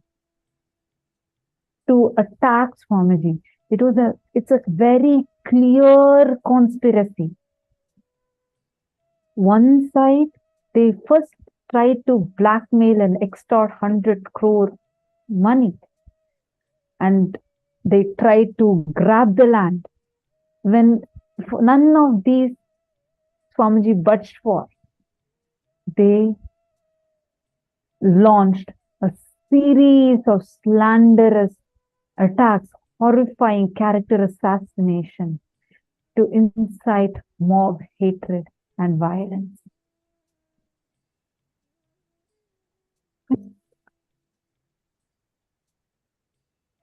False news, the hate material was being spread all over the media. There was no room for people to think. This is the exact strategy that all the anti-Hindu elements use, all the mafia, the anti-Hindu media mafia uses. They won't even give you time to think. They will air this video again and again and again. And at some point, you will start feeling, oh, so many media is talking about it. Maybe there could be something in it. And that is exactly the weak point that they will hit at, where they will not give you a room to logically analyze or think. And this is a very systematic, sinister plan of isolation, programmed confusion, and strategic character assassination to incite mob hatred and violence, and laid the ground and justification for the multiple assassination attempts that were to follow under the garb of mob hatred, mob lynching, media trial, and a parody of justice itself. This is the exact same strategy that the anti-Hindu elements use each and every time. First, they isolate. So every time when Hindu gurus attack, the first thing they do is they keep airing this video. They spread the misinformation, and they isolate as if it is only independently just that guru getting attacked. That is why so many Hindus to this day, that is the most unfortunate thing. So many Hindus think, oh, it is just one guru who's getting attacked, and they all ignore. The anti-Hindu gang very strategically do not even allow us to cognize that Hinduism at large is getting attacked. We showed you all a statistics of how the last 97 years, so many Hindu gurus were constantly attacked and killed. After they isolate, the second thing they do is they demonize in the eyes of the public. How do they do that? By media trial. Continuously, they spread false news, misinformation, and they air it again and again and again without giving you time to think, and they start demonizing that guru in the eyes of the public. This is the exact strategy that was used to Swamiji. They already had a conspiracy clearly laid out. They released the morphed video just as planned, and you all should know a very, very important fact. Even before they released the morphed video to the public, already the media and henchmen planted by these anti-Hindu elements were standing right outside the campus in ready position to attack even before the news was out in the public. This itself clearly shows how it was a very clearly planned conspiracy. It was a very clearly plotted attack. After they demonize, they next do the character assassination actively by inciting mob hatred. They next create programmed confusion, means nobody understands what is happening. They incite mob hatred, take the mob and leave, and the mob destroys everything. Nobody will even know what is happening. That is a strategy used every time for every single guru that has been destroyed. And Swamiji, who is the only hope for Hinduism, was also subject to the exact same thing. This assassination, this plot, this conspiracy set clear ground for their assassination attempts. From the 2nd of March 2010 to the 21st of April 2010, a continuous serial assassination attempts on SPH by the henchmen, where the henchmen chased Swamiji for 3,000 plus kilometers without giving Swamiji a single second, without giving anyone time to even wrap their head around what was happening. Even before people could fathom, people could understand what was happening, the attack began. Bhaktika Swami, you were there on that day when they released this morph video, and you were there in the Adinam. You were part of the group of sannyasis that were there, and you know on both ends. One, you know how they behind the scenes they try to extort money, and you were there when they tried to blackmail your grandmother, and when they were trying to blackmail Swamiji to give that land. And you were also witness, like you were sharing yesterday, how Swamiji stood by his commitment to his disciple just because of that one commitment. And you were also witness to the onslaught of attacks and the assassination attempts thereafter. How was it for you when you stood there and when you witnessed how they were continuously attacking Swamiji?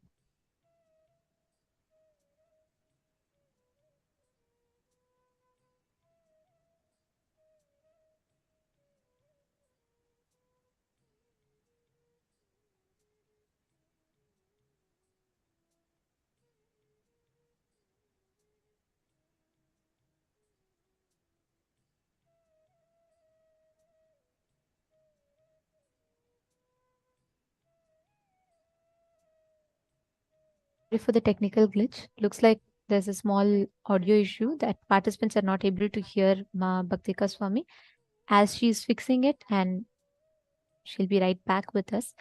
But I just wanted to show you all, just to summarize what Ma Bhaktika Swami is sharing.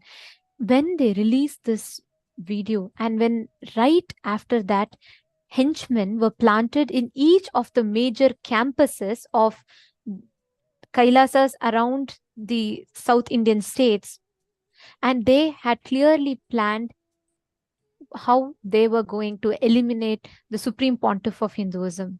I just wanted to tell something very important over here.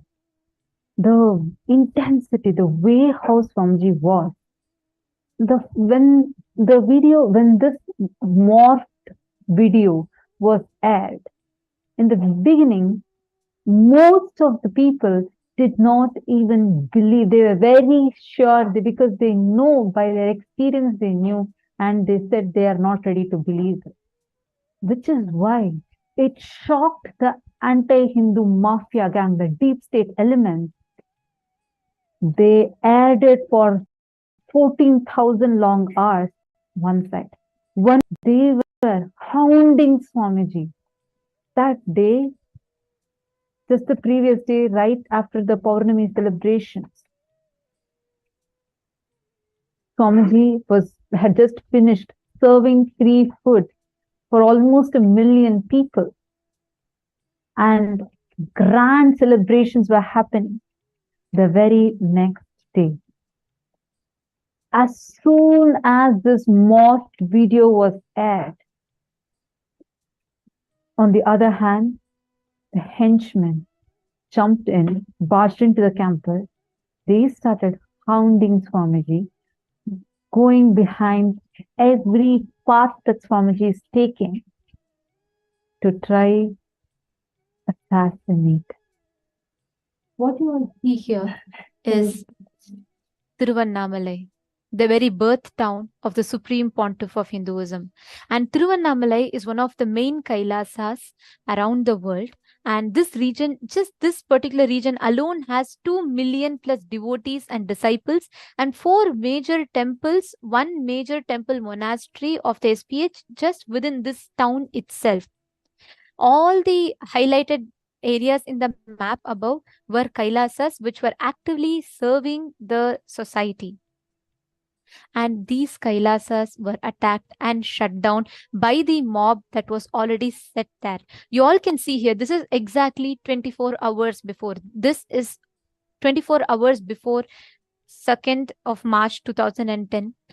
As part of the religious festival, millions of devotees had gathered in the Tiruvannamalai monastery campus, and there were over 3 million devotees who were offered Annadan on that day. This is just 24 hours before the attack, the deathly ambush that were followed the next day. You all can see millions of people gathered there and how they were all fed the Annadan. This is the crowd, the picture of the crowd that you see. Right after that, on 2nd of March 2010. Right after, as soon as the false news against the Supreme Pontiff of Hinduism was broadcasted on television in the evening, by night 8:30 p.m., the anti-Hindu terrorists, the anti-Guru Hindu mafia reached the main campus, Tiruvannamalai temple, in search of the Supreme Pontiff of Hinduism to assassinate the Supreme Pontiff. This is on 2nd of March. You all can see the violence, and you can see the media telecasting this violence just to incite more mob hatred, just to incite the hatred in the mob so they can agitate the mob to attack more. This was a very clear planned conspiracy. On the 2nd of March 2010, the disciples just barely managed to distract the assassins and take Swamiji safely to exit the Tiruvannamalai temple monastery campus. It was just a small hairline escape. On the 2nd of March 2010, you can see the whole Tiruvannamalai campus after a week of attack. Completely, the whole campus had to be closed down. The campus was razed. Things were broken. You all can see how the media channels were publishing it so proudly, saying the whole monastery campus is destroyed. Our sannyasis were attacked. You can see the before attack and after attack. Before attack, the regions that were actively functioning and serving people. After attack, there was zero. There was zero place. There was not a single monastery that could function. The monasteries were completely destroyed. Every monastery that was built with the blood and sweat of the Supreme Pontiff of Hinduism. First, they destroyed. Second, they prevent the revival. Third, they hurt the sacred sentiments. They hurt our religious values. They hurt the very life purpose of us sannyasis. Deities were defiled, looted. The jewelry on the deities was stolen. The temples were forcibly shut down in front of our eyes. The mob used to jump into the campus, through the windows, through every gap that they found. They used to break all the windows and doors. They used to attack the temples. They used to attack the deities, loot the jewelry. From Tiruvannamalai, Swamiji was safely, the disciples somehow managed to take Swamiji out and take him to Sirgari, the next place. The henchmen immediately followed, and there was so much of, the whole conspiracy was so clearly planned. Even before Swamiji could reach, again, there were mob there. You can see the pictures here. The media had already published that there's attacks happening, and the mob were sent there to cause the whole attack.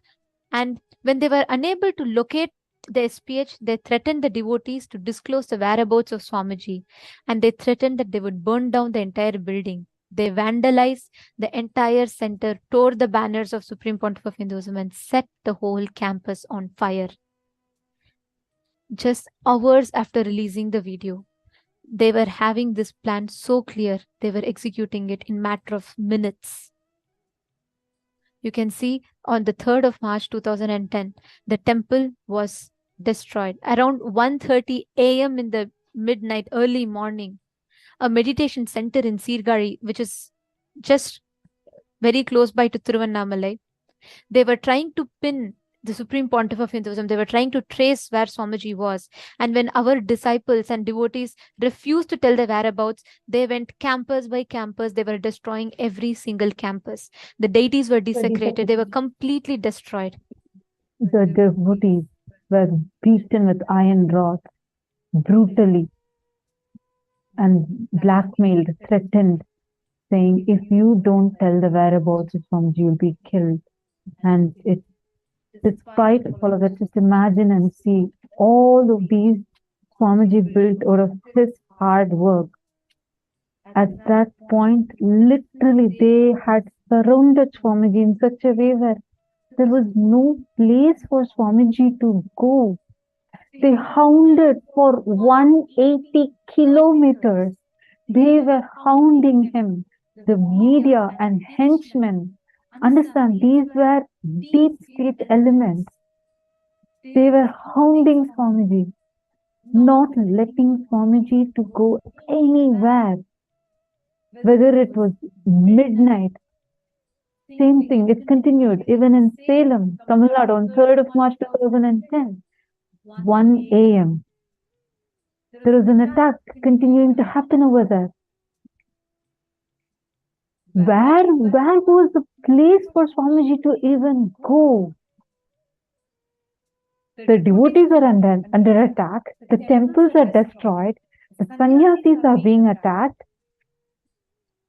and then the anti-Hindu elements accompany an attack with the state police. Where would you go to? Where should Swamiji go to? He was on the road continuously like the disciples were paranoid because anywhere you go, there is just henchmen waiting to attack, and they had already tracked. They were tracking every movement of Swamiji. The moment Swamiji goes to in any one of the campuses, they were already there. They were already there attacking, or they already identified the paths he could possibly take, surrounded and started attacking. Midnight, 1 a.m., 2 a.m. These were the times when these were like the times when they're attacking. Imagine and see Swamiji did not have a place to go to. Actually, the whole attack, it was just too big and too quick. I mean, here we were, a bunch of sannyasis, but not been exposed to anything of the sort. The 2010 attack would remain forever in our lives the most horrendous thing we've ever seen, actually, because right from the time we got wind of the mock video that they had released, the pace at which they took the whole thing, like you were saying, it was so big and so quick. I mean, for us, the greatest wealth is Bhagavan's life and body. Now, the whole attack has been on that. And then there was so much to deal with it around it. All the properties everywhere simultaneously were being crashed, and our phones were ringing continuously. Even before attacks were happening in Adinams, the news was out on the television. We didn't know what was happening. There was nothing happening, but the news was out that Adinam was attacked. And then after a few minutes, they're coming and attacking. I mean, we couldn't believe the extent to which they could go just for one reason, that Bhagavan wanted to keep his commitment to one devotee. They were the ones who created the false news. And then the way they stretched it, I mean, we were just, we didn't know, our focus was on, is Bhagavan safe? Because we were continuously getting blackmail calls to tell where Bhagavan is. We ourselves didn't know. We just didn't know. I mean, the group that was traveling with Bhagavan somehow secured his body. We were not in touch with them continuously. We didn't know because we had so many things to deal with in Adi Kailash. The whole place was burning. And then there was eternally media at the gate. And media had already jumped over and come in. It was used. I can totally understand what you are saying, Mom, because right now, even for all of us, when we all see that Swamiji is not physically available for the humanity anymore, how painful it is. Swamiji is just that. Swamiji is still making himself available despite of all the attacks on two-way. But still not having Swamiji physically being in Swamiji's breathing space for the humanity, it's one of the biggest loss. When an avatar is available, not being able to access him is the biggest loss. And imagine at that time, continuously attacks. None of the disciples knew where Swamiji was. They didn't even know if Swamiji was safe. They didn't even know. They're only seeing all the news in the media. And continuously media is inciting so much of hatred. The sannyasis kept receiving calls, threats, messages. You all can see here how very clearly planned it is. Here from Tiruvannamalai, when the attack started, already Sirgari was attacked. And at the same time, at 1 a.m., Salem was the next place targeted. You all can see the map here. And same moment, at the same time, Salem was attacked on the 3rd March 2010, 1 a.m. Who will you turn to? Public is distressed. The devotees are under attack. Temples destroyed. Sannyasis attacked. The most important fact, none of us knew where Swamiji is. Is he safe? What can we do? We had no answers to these questions. There's so much of attacks. We didn't know what is happening. We didn't know if Swamiji is having a place to live. There are millions of us, yet nobody could do anything to protect Swamiji. We could not do anything. The mobs were planted every single place. The henchmen were there. Here you can see sharp 1 a.m. How in all the places at the same time the mob will attack. And the most important thing, in all the places, media were already there, ready to stream the whole attack live. How was that possible? Exactly. They were very clearly planned. The media was purposely planted along with the henchmen in each place just to incite the mob hatred. The temple monasteries were shut down at the same time. You can see the hatred. You can see the amount of hatred that was incited into the mob. Understand? These were not public. The public people did not do any of these. The moment the mock video was aired, immediately in every of these monasteries, these groups, the henchmen were already plotted, planted, and immediately they started this attack. They started a series of hatred, violent attacks. It was horrifying. It was horrifying. Imagine and say none of us even knew where Swamiji was. It was literally terrifying. Where would Swamiji go to? Every place which Swamiji built out of his hard work, every place was getting attacked. Just imagine the one who gave shelter to millions was on road getting attacked. So many people, so many devotees and disciples could do nothing. It was a series of attacks, one after another, that was continuously happening. There's something here to note. The media kept using the word public is angry, public is hating.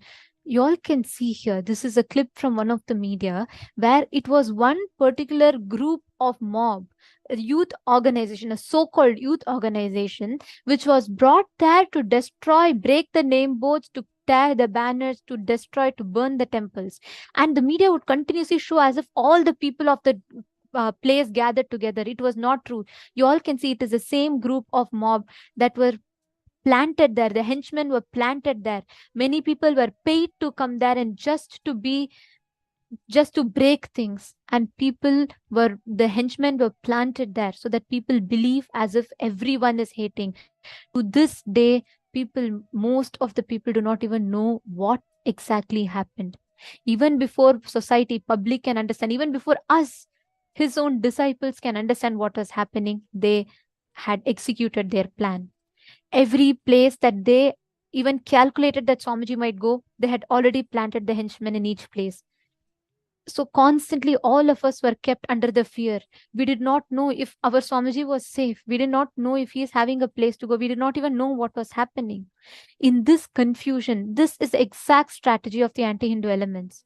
They keep us in continuous confusion so that they have so much of room to attack and assassinate the Supreme Pontiff of Hinduism. Here you can see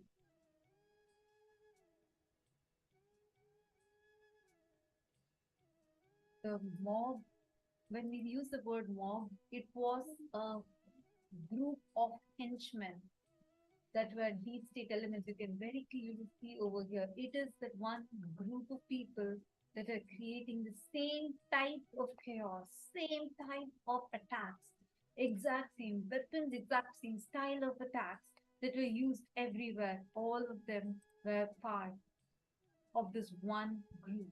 All of these were paid henchmen who were very clearly planted to attack at the same time. It's a very clearly planned strategy. When the newspaper publishes a youth group, don't think it is some NGO, some public who are feeling affected and who came. No, you all should know. It is the same. The so-called youth groups are criminals. They're all charge-sheeted rowdies, mercenaries bought by the police, the anti-Hindu elements, the deep state elements, and they were planted in each of the place. Even today, we all showed you the visuals of the 15th August incident. We showed the live footages. All of them are again planted there, the henchmen planted there by the anti-Hindu elements, deep state elements to destroy. They all wear the mask of public, but they're not public. Even to this day, there are so many people who are against the injustice that has happened to Swamiji. There are so many youth today who are actually waking up to the kind of attacks that are happening to Hindu gurus. Go and watch YouTube. There are so many people who stand up for this. But media always projects as if this is public opinion, and they plant the henchmen to go and attack each place. Each of these were rowdy sheeters. All of these were rowdy sheeters who have a very clear history of molestation, rape, and having very serious crimes against them.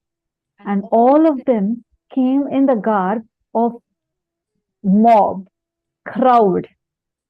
And all of them came to these places beforehand itself and launched the attack. Imagine and see, and this was happening, and this is the same time Swamiji did not have a place to go to. They were, one more side, they were continuously tracking Swamiji and going behind and attacking continuously. Is the very same temple that Swamiji used to serve the community. Just here is a picture of Salem Adinam just before the attacks, the services that were happening, the community services, offering puja, homa, healing to people, conducting classes, pujas, and that exact same Adinam was razed to ground. The next to follow was Rasipuram. The henchmen clearly tracked that they planned and they calculated that this is the next place that Swamiji might go to. They immediately followed. All these are happening in matter of just few hours. There was no place, there was no second to breathe, there was nothing. And by the time people can wrap the head around what happened, the next attack, you all can see here. This is the Rasipuram temple, which was completely razed to ground. Again, the same henchmen planted there with the media ready there to stream what was happening. And they telecasted this destruction live. As the mob got into the campus, our women were raped, they were assaulted, the sannyasis were beaten with stones. Everyone were threatened to tell where Swamiji is. Imagine just reliving this pain, reliving it is beyond even explainable. We all didn't even know where Swamiji was. We all didn't even know if he was safe. If something happened, Swamiji is life for all of us. And imagine what would have been happening. Every single campus, no devotees were given time to even breathe. We didn't even know if Swamiji was safe. And they kept attacking, one after the other, one after the other. The next was Rasipuram. How Rasipuram was attacked. How the mob came and attacked Rasipuram. Right after that followed was Namakkal. And Namakkal was the next place. You all can see in the map. They calculated, if not there, next when they didn't find Swamiji even in Rasipuram, they straight headed to Namakkal. And here on this 2nd of March 2010, the Namakkal temple, the Supreme Pontiff of Hinduism, you all can see there was an Ayurvedic healthcare center and the patients were there receiving this free service offered by Swamiji. And all the patients were in the healthcare center. And 2 days later, police suddenly came there at night in the name of the anti-Hindu, the deep state elements came there in the night in the name of investigation and terrorized the patients. The temple was forcibly shut down. The services were stalled and the whole area was completely destroyed, razed to grounds. And this was proudly published in the newspapers. The next place immediately that the mob headed to was Siragapadi temple. This is a place where organic farming happens. Goshala is there and sannyasis lived there and served there, running the whole temple. And you all can see here Swamiji conducting the 3-day meditation program in that very same Adinam, the main monastery campus of Salem. And each of these campuses were destroyed. One after the other, one after the other. They were razed to grounds. Each of these places that Swamiji himself personally went, poured his blood, sweat, energy, healing people, making himself available for people, being there for people. That exact same place were completely destroyed, brought to ground. What an avatar gifted to humanity. He dedicated his whole life for the sake of humanity, and this is what humanity gave back.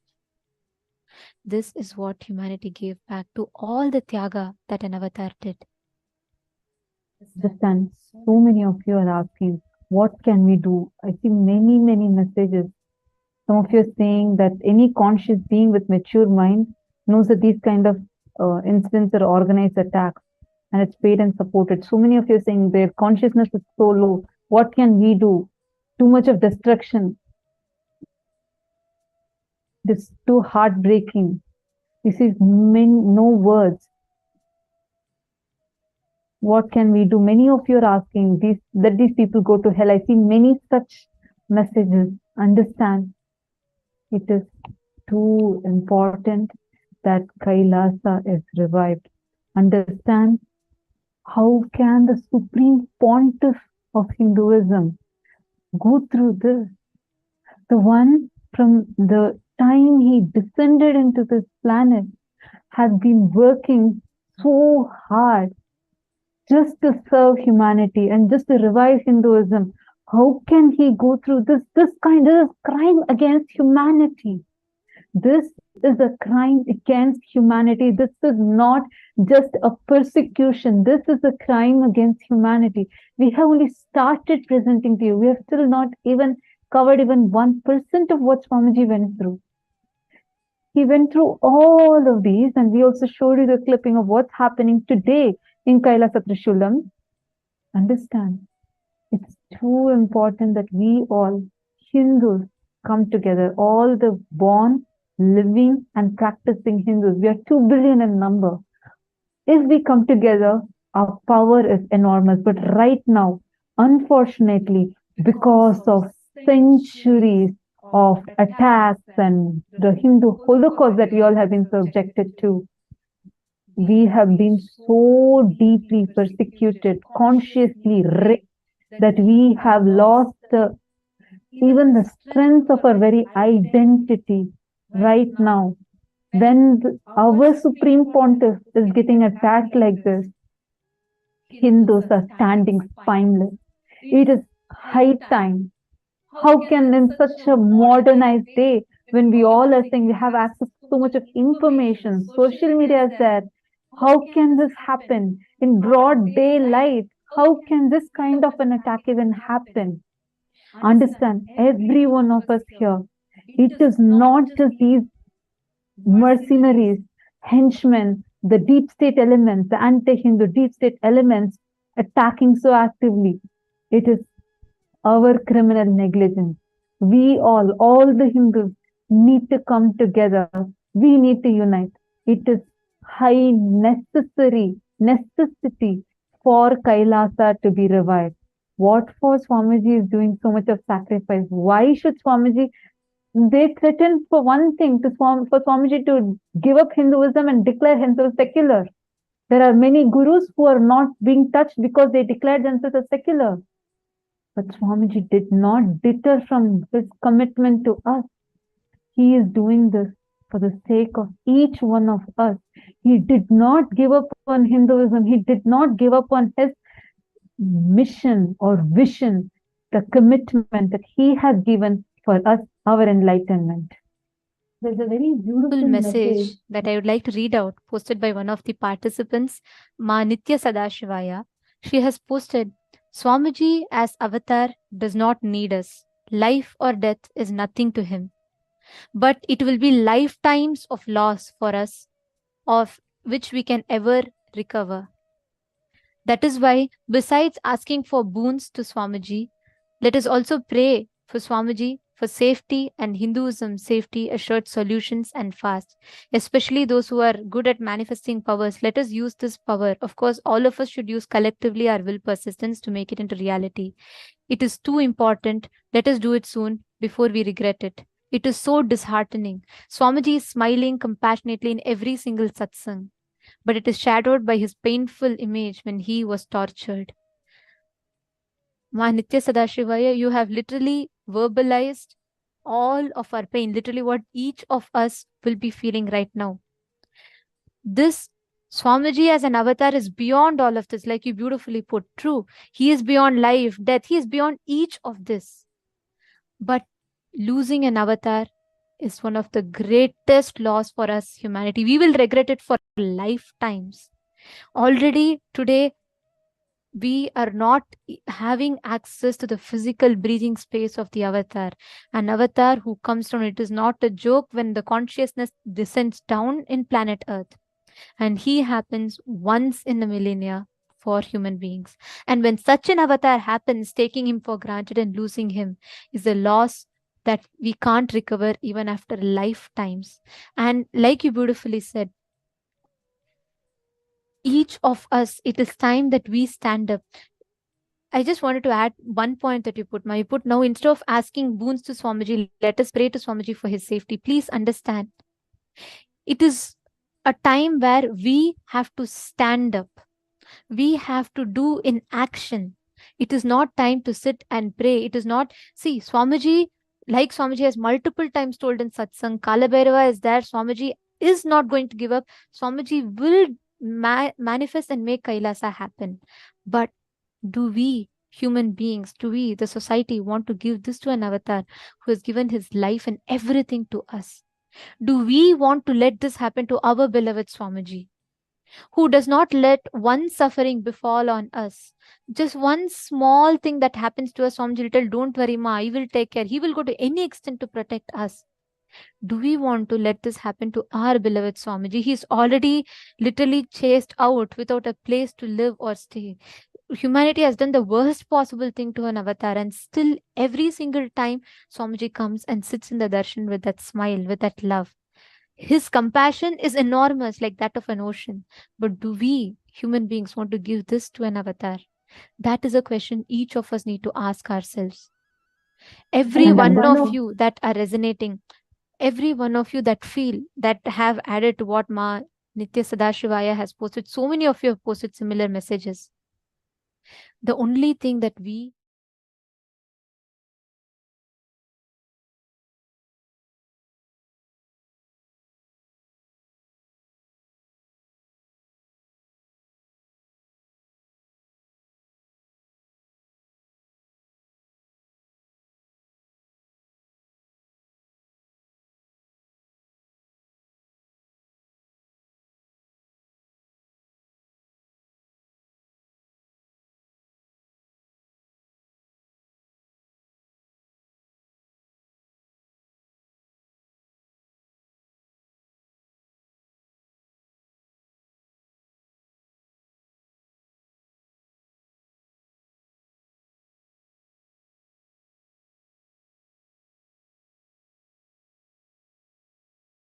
the dharma. If your family commitments is not permitting you, sign up for Sarvagnya Pita. Become part of the founding fathers and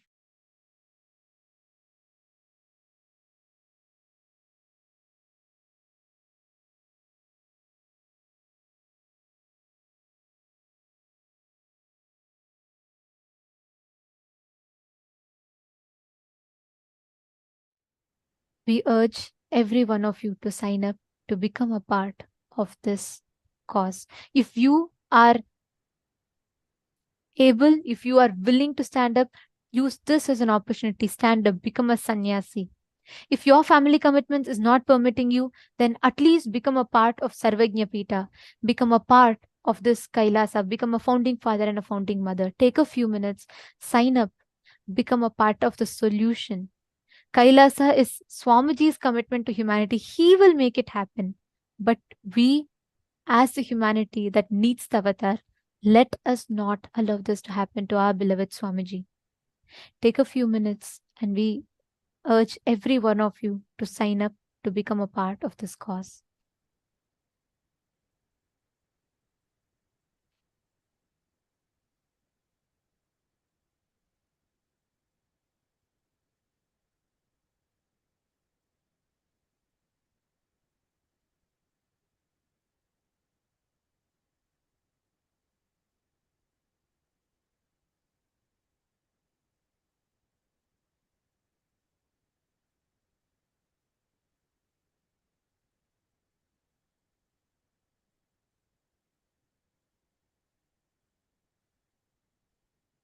If you have an intention, you think, yes, I want to be a part, I want to do something,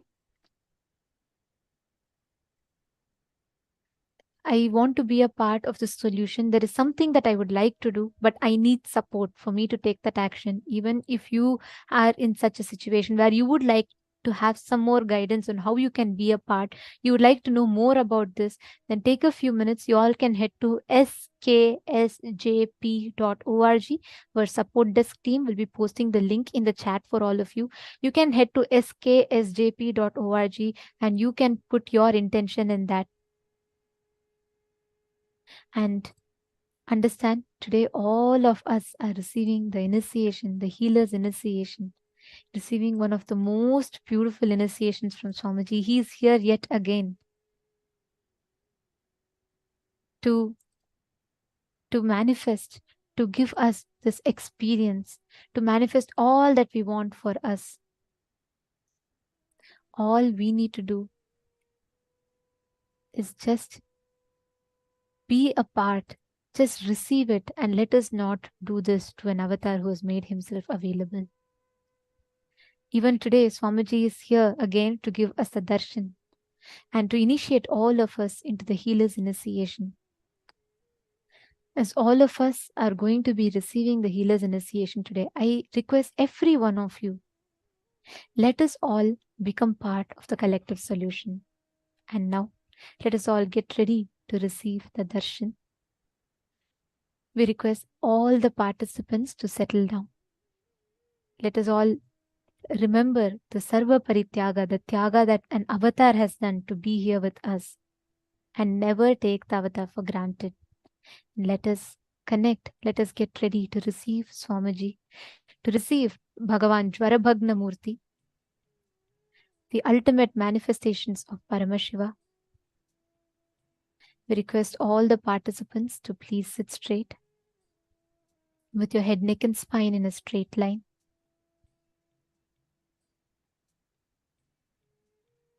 Connect to Swamiji.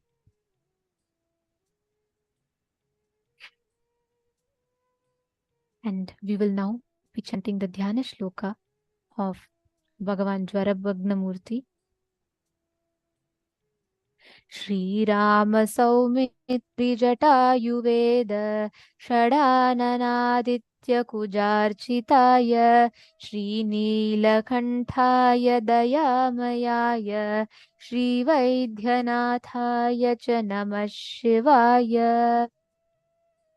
I salute to that God, Paramashiva, who is a king amongst the physicians, who is worshipped by Rama and Lakshmana, who is worshipped by Jatayu, who is worshipped by Vedas, who is worshipped by Bhagavan Subramanya, who is worshipped by the Sun God, who is worshipped by the Mars God, who is worshipped by having the blue neck, and who is a personification of compassion. I bow down to that Vaidyanatha. Now, in this same space, let us all get ready to receive the darshan of Jvarabhagana Murthy. Please sit straight. Chant the Mahavakya. Om Nithyananda Paramashivoham. Om Nithyananda Paramashivoham.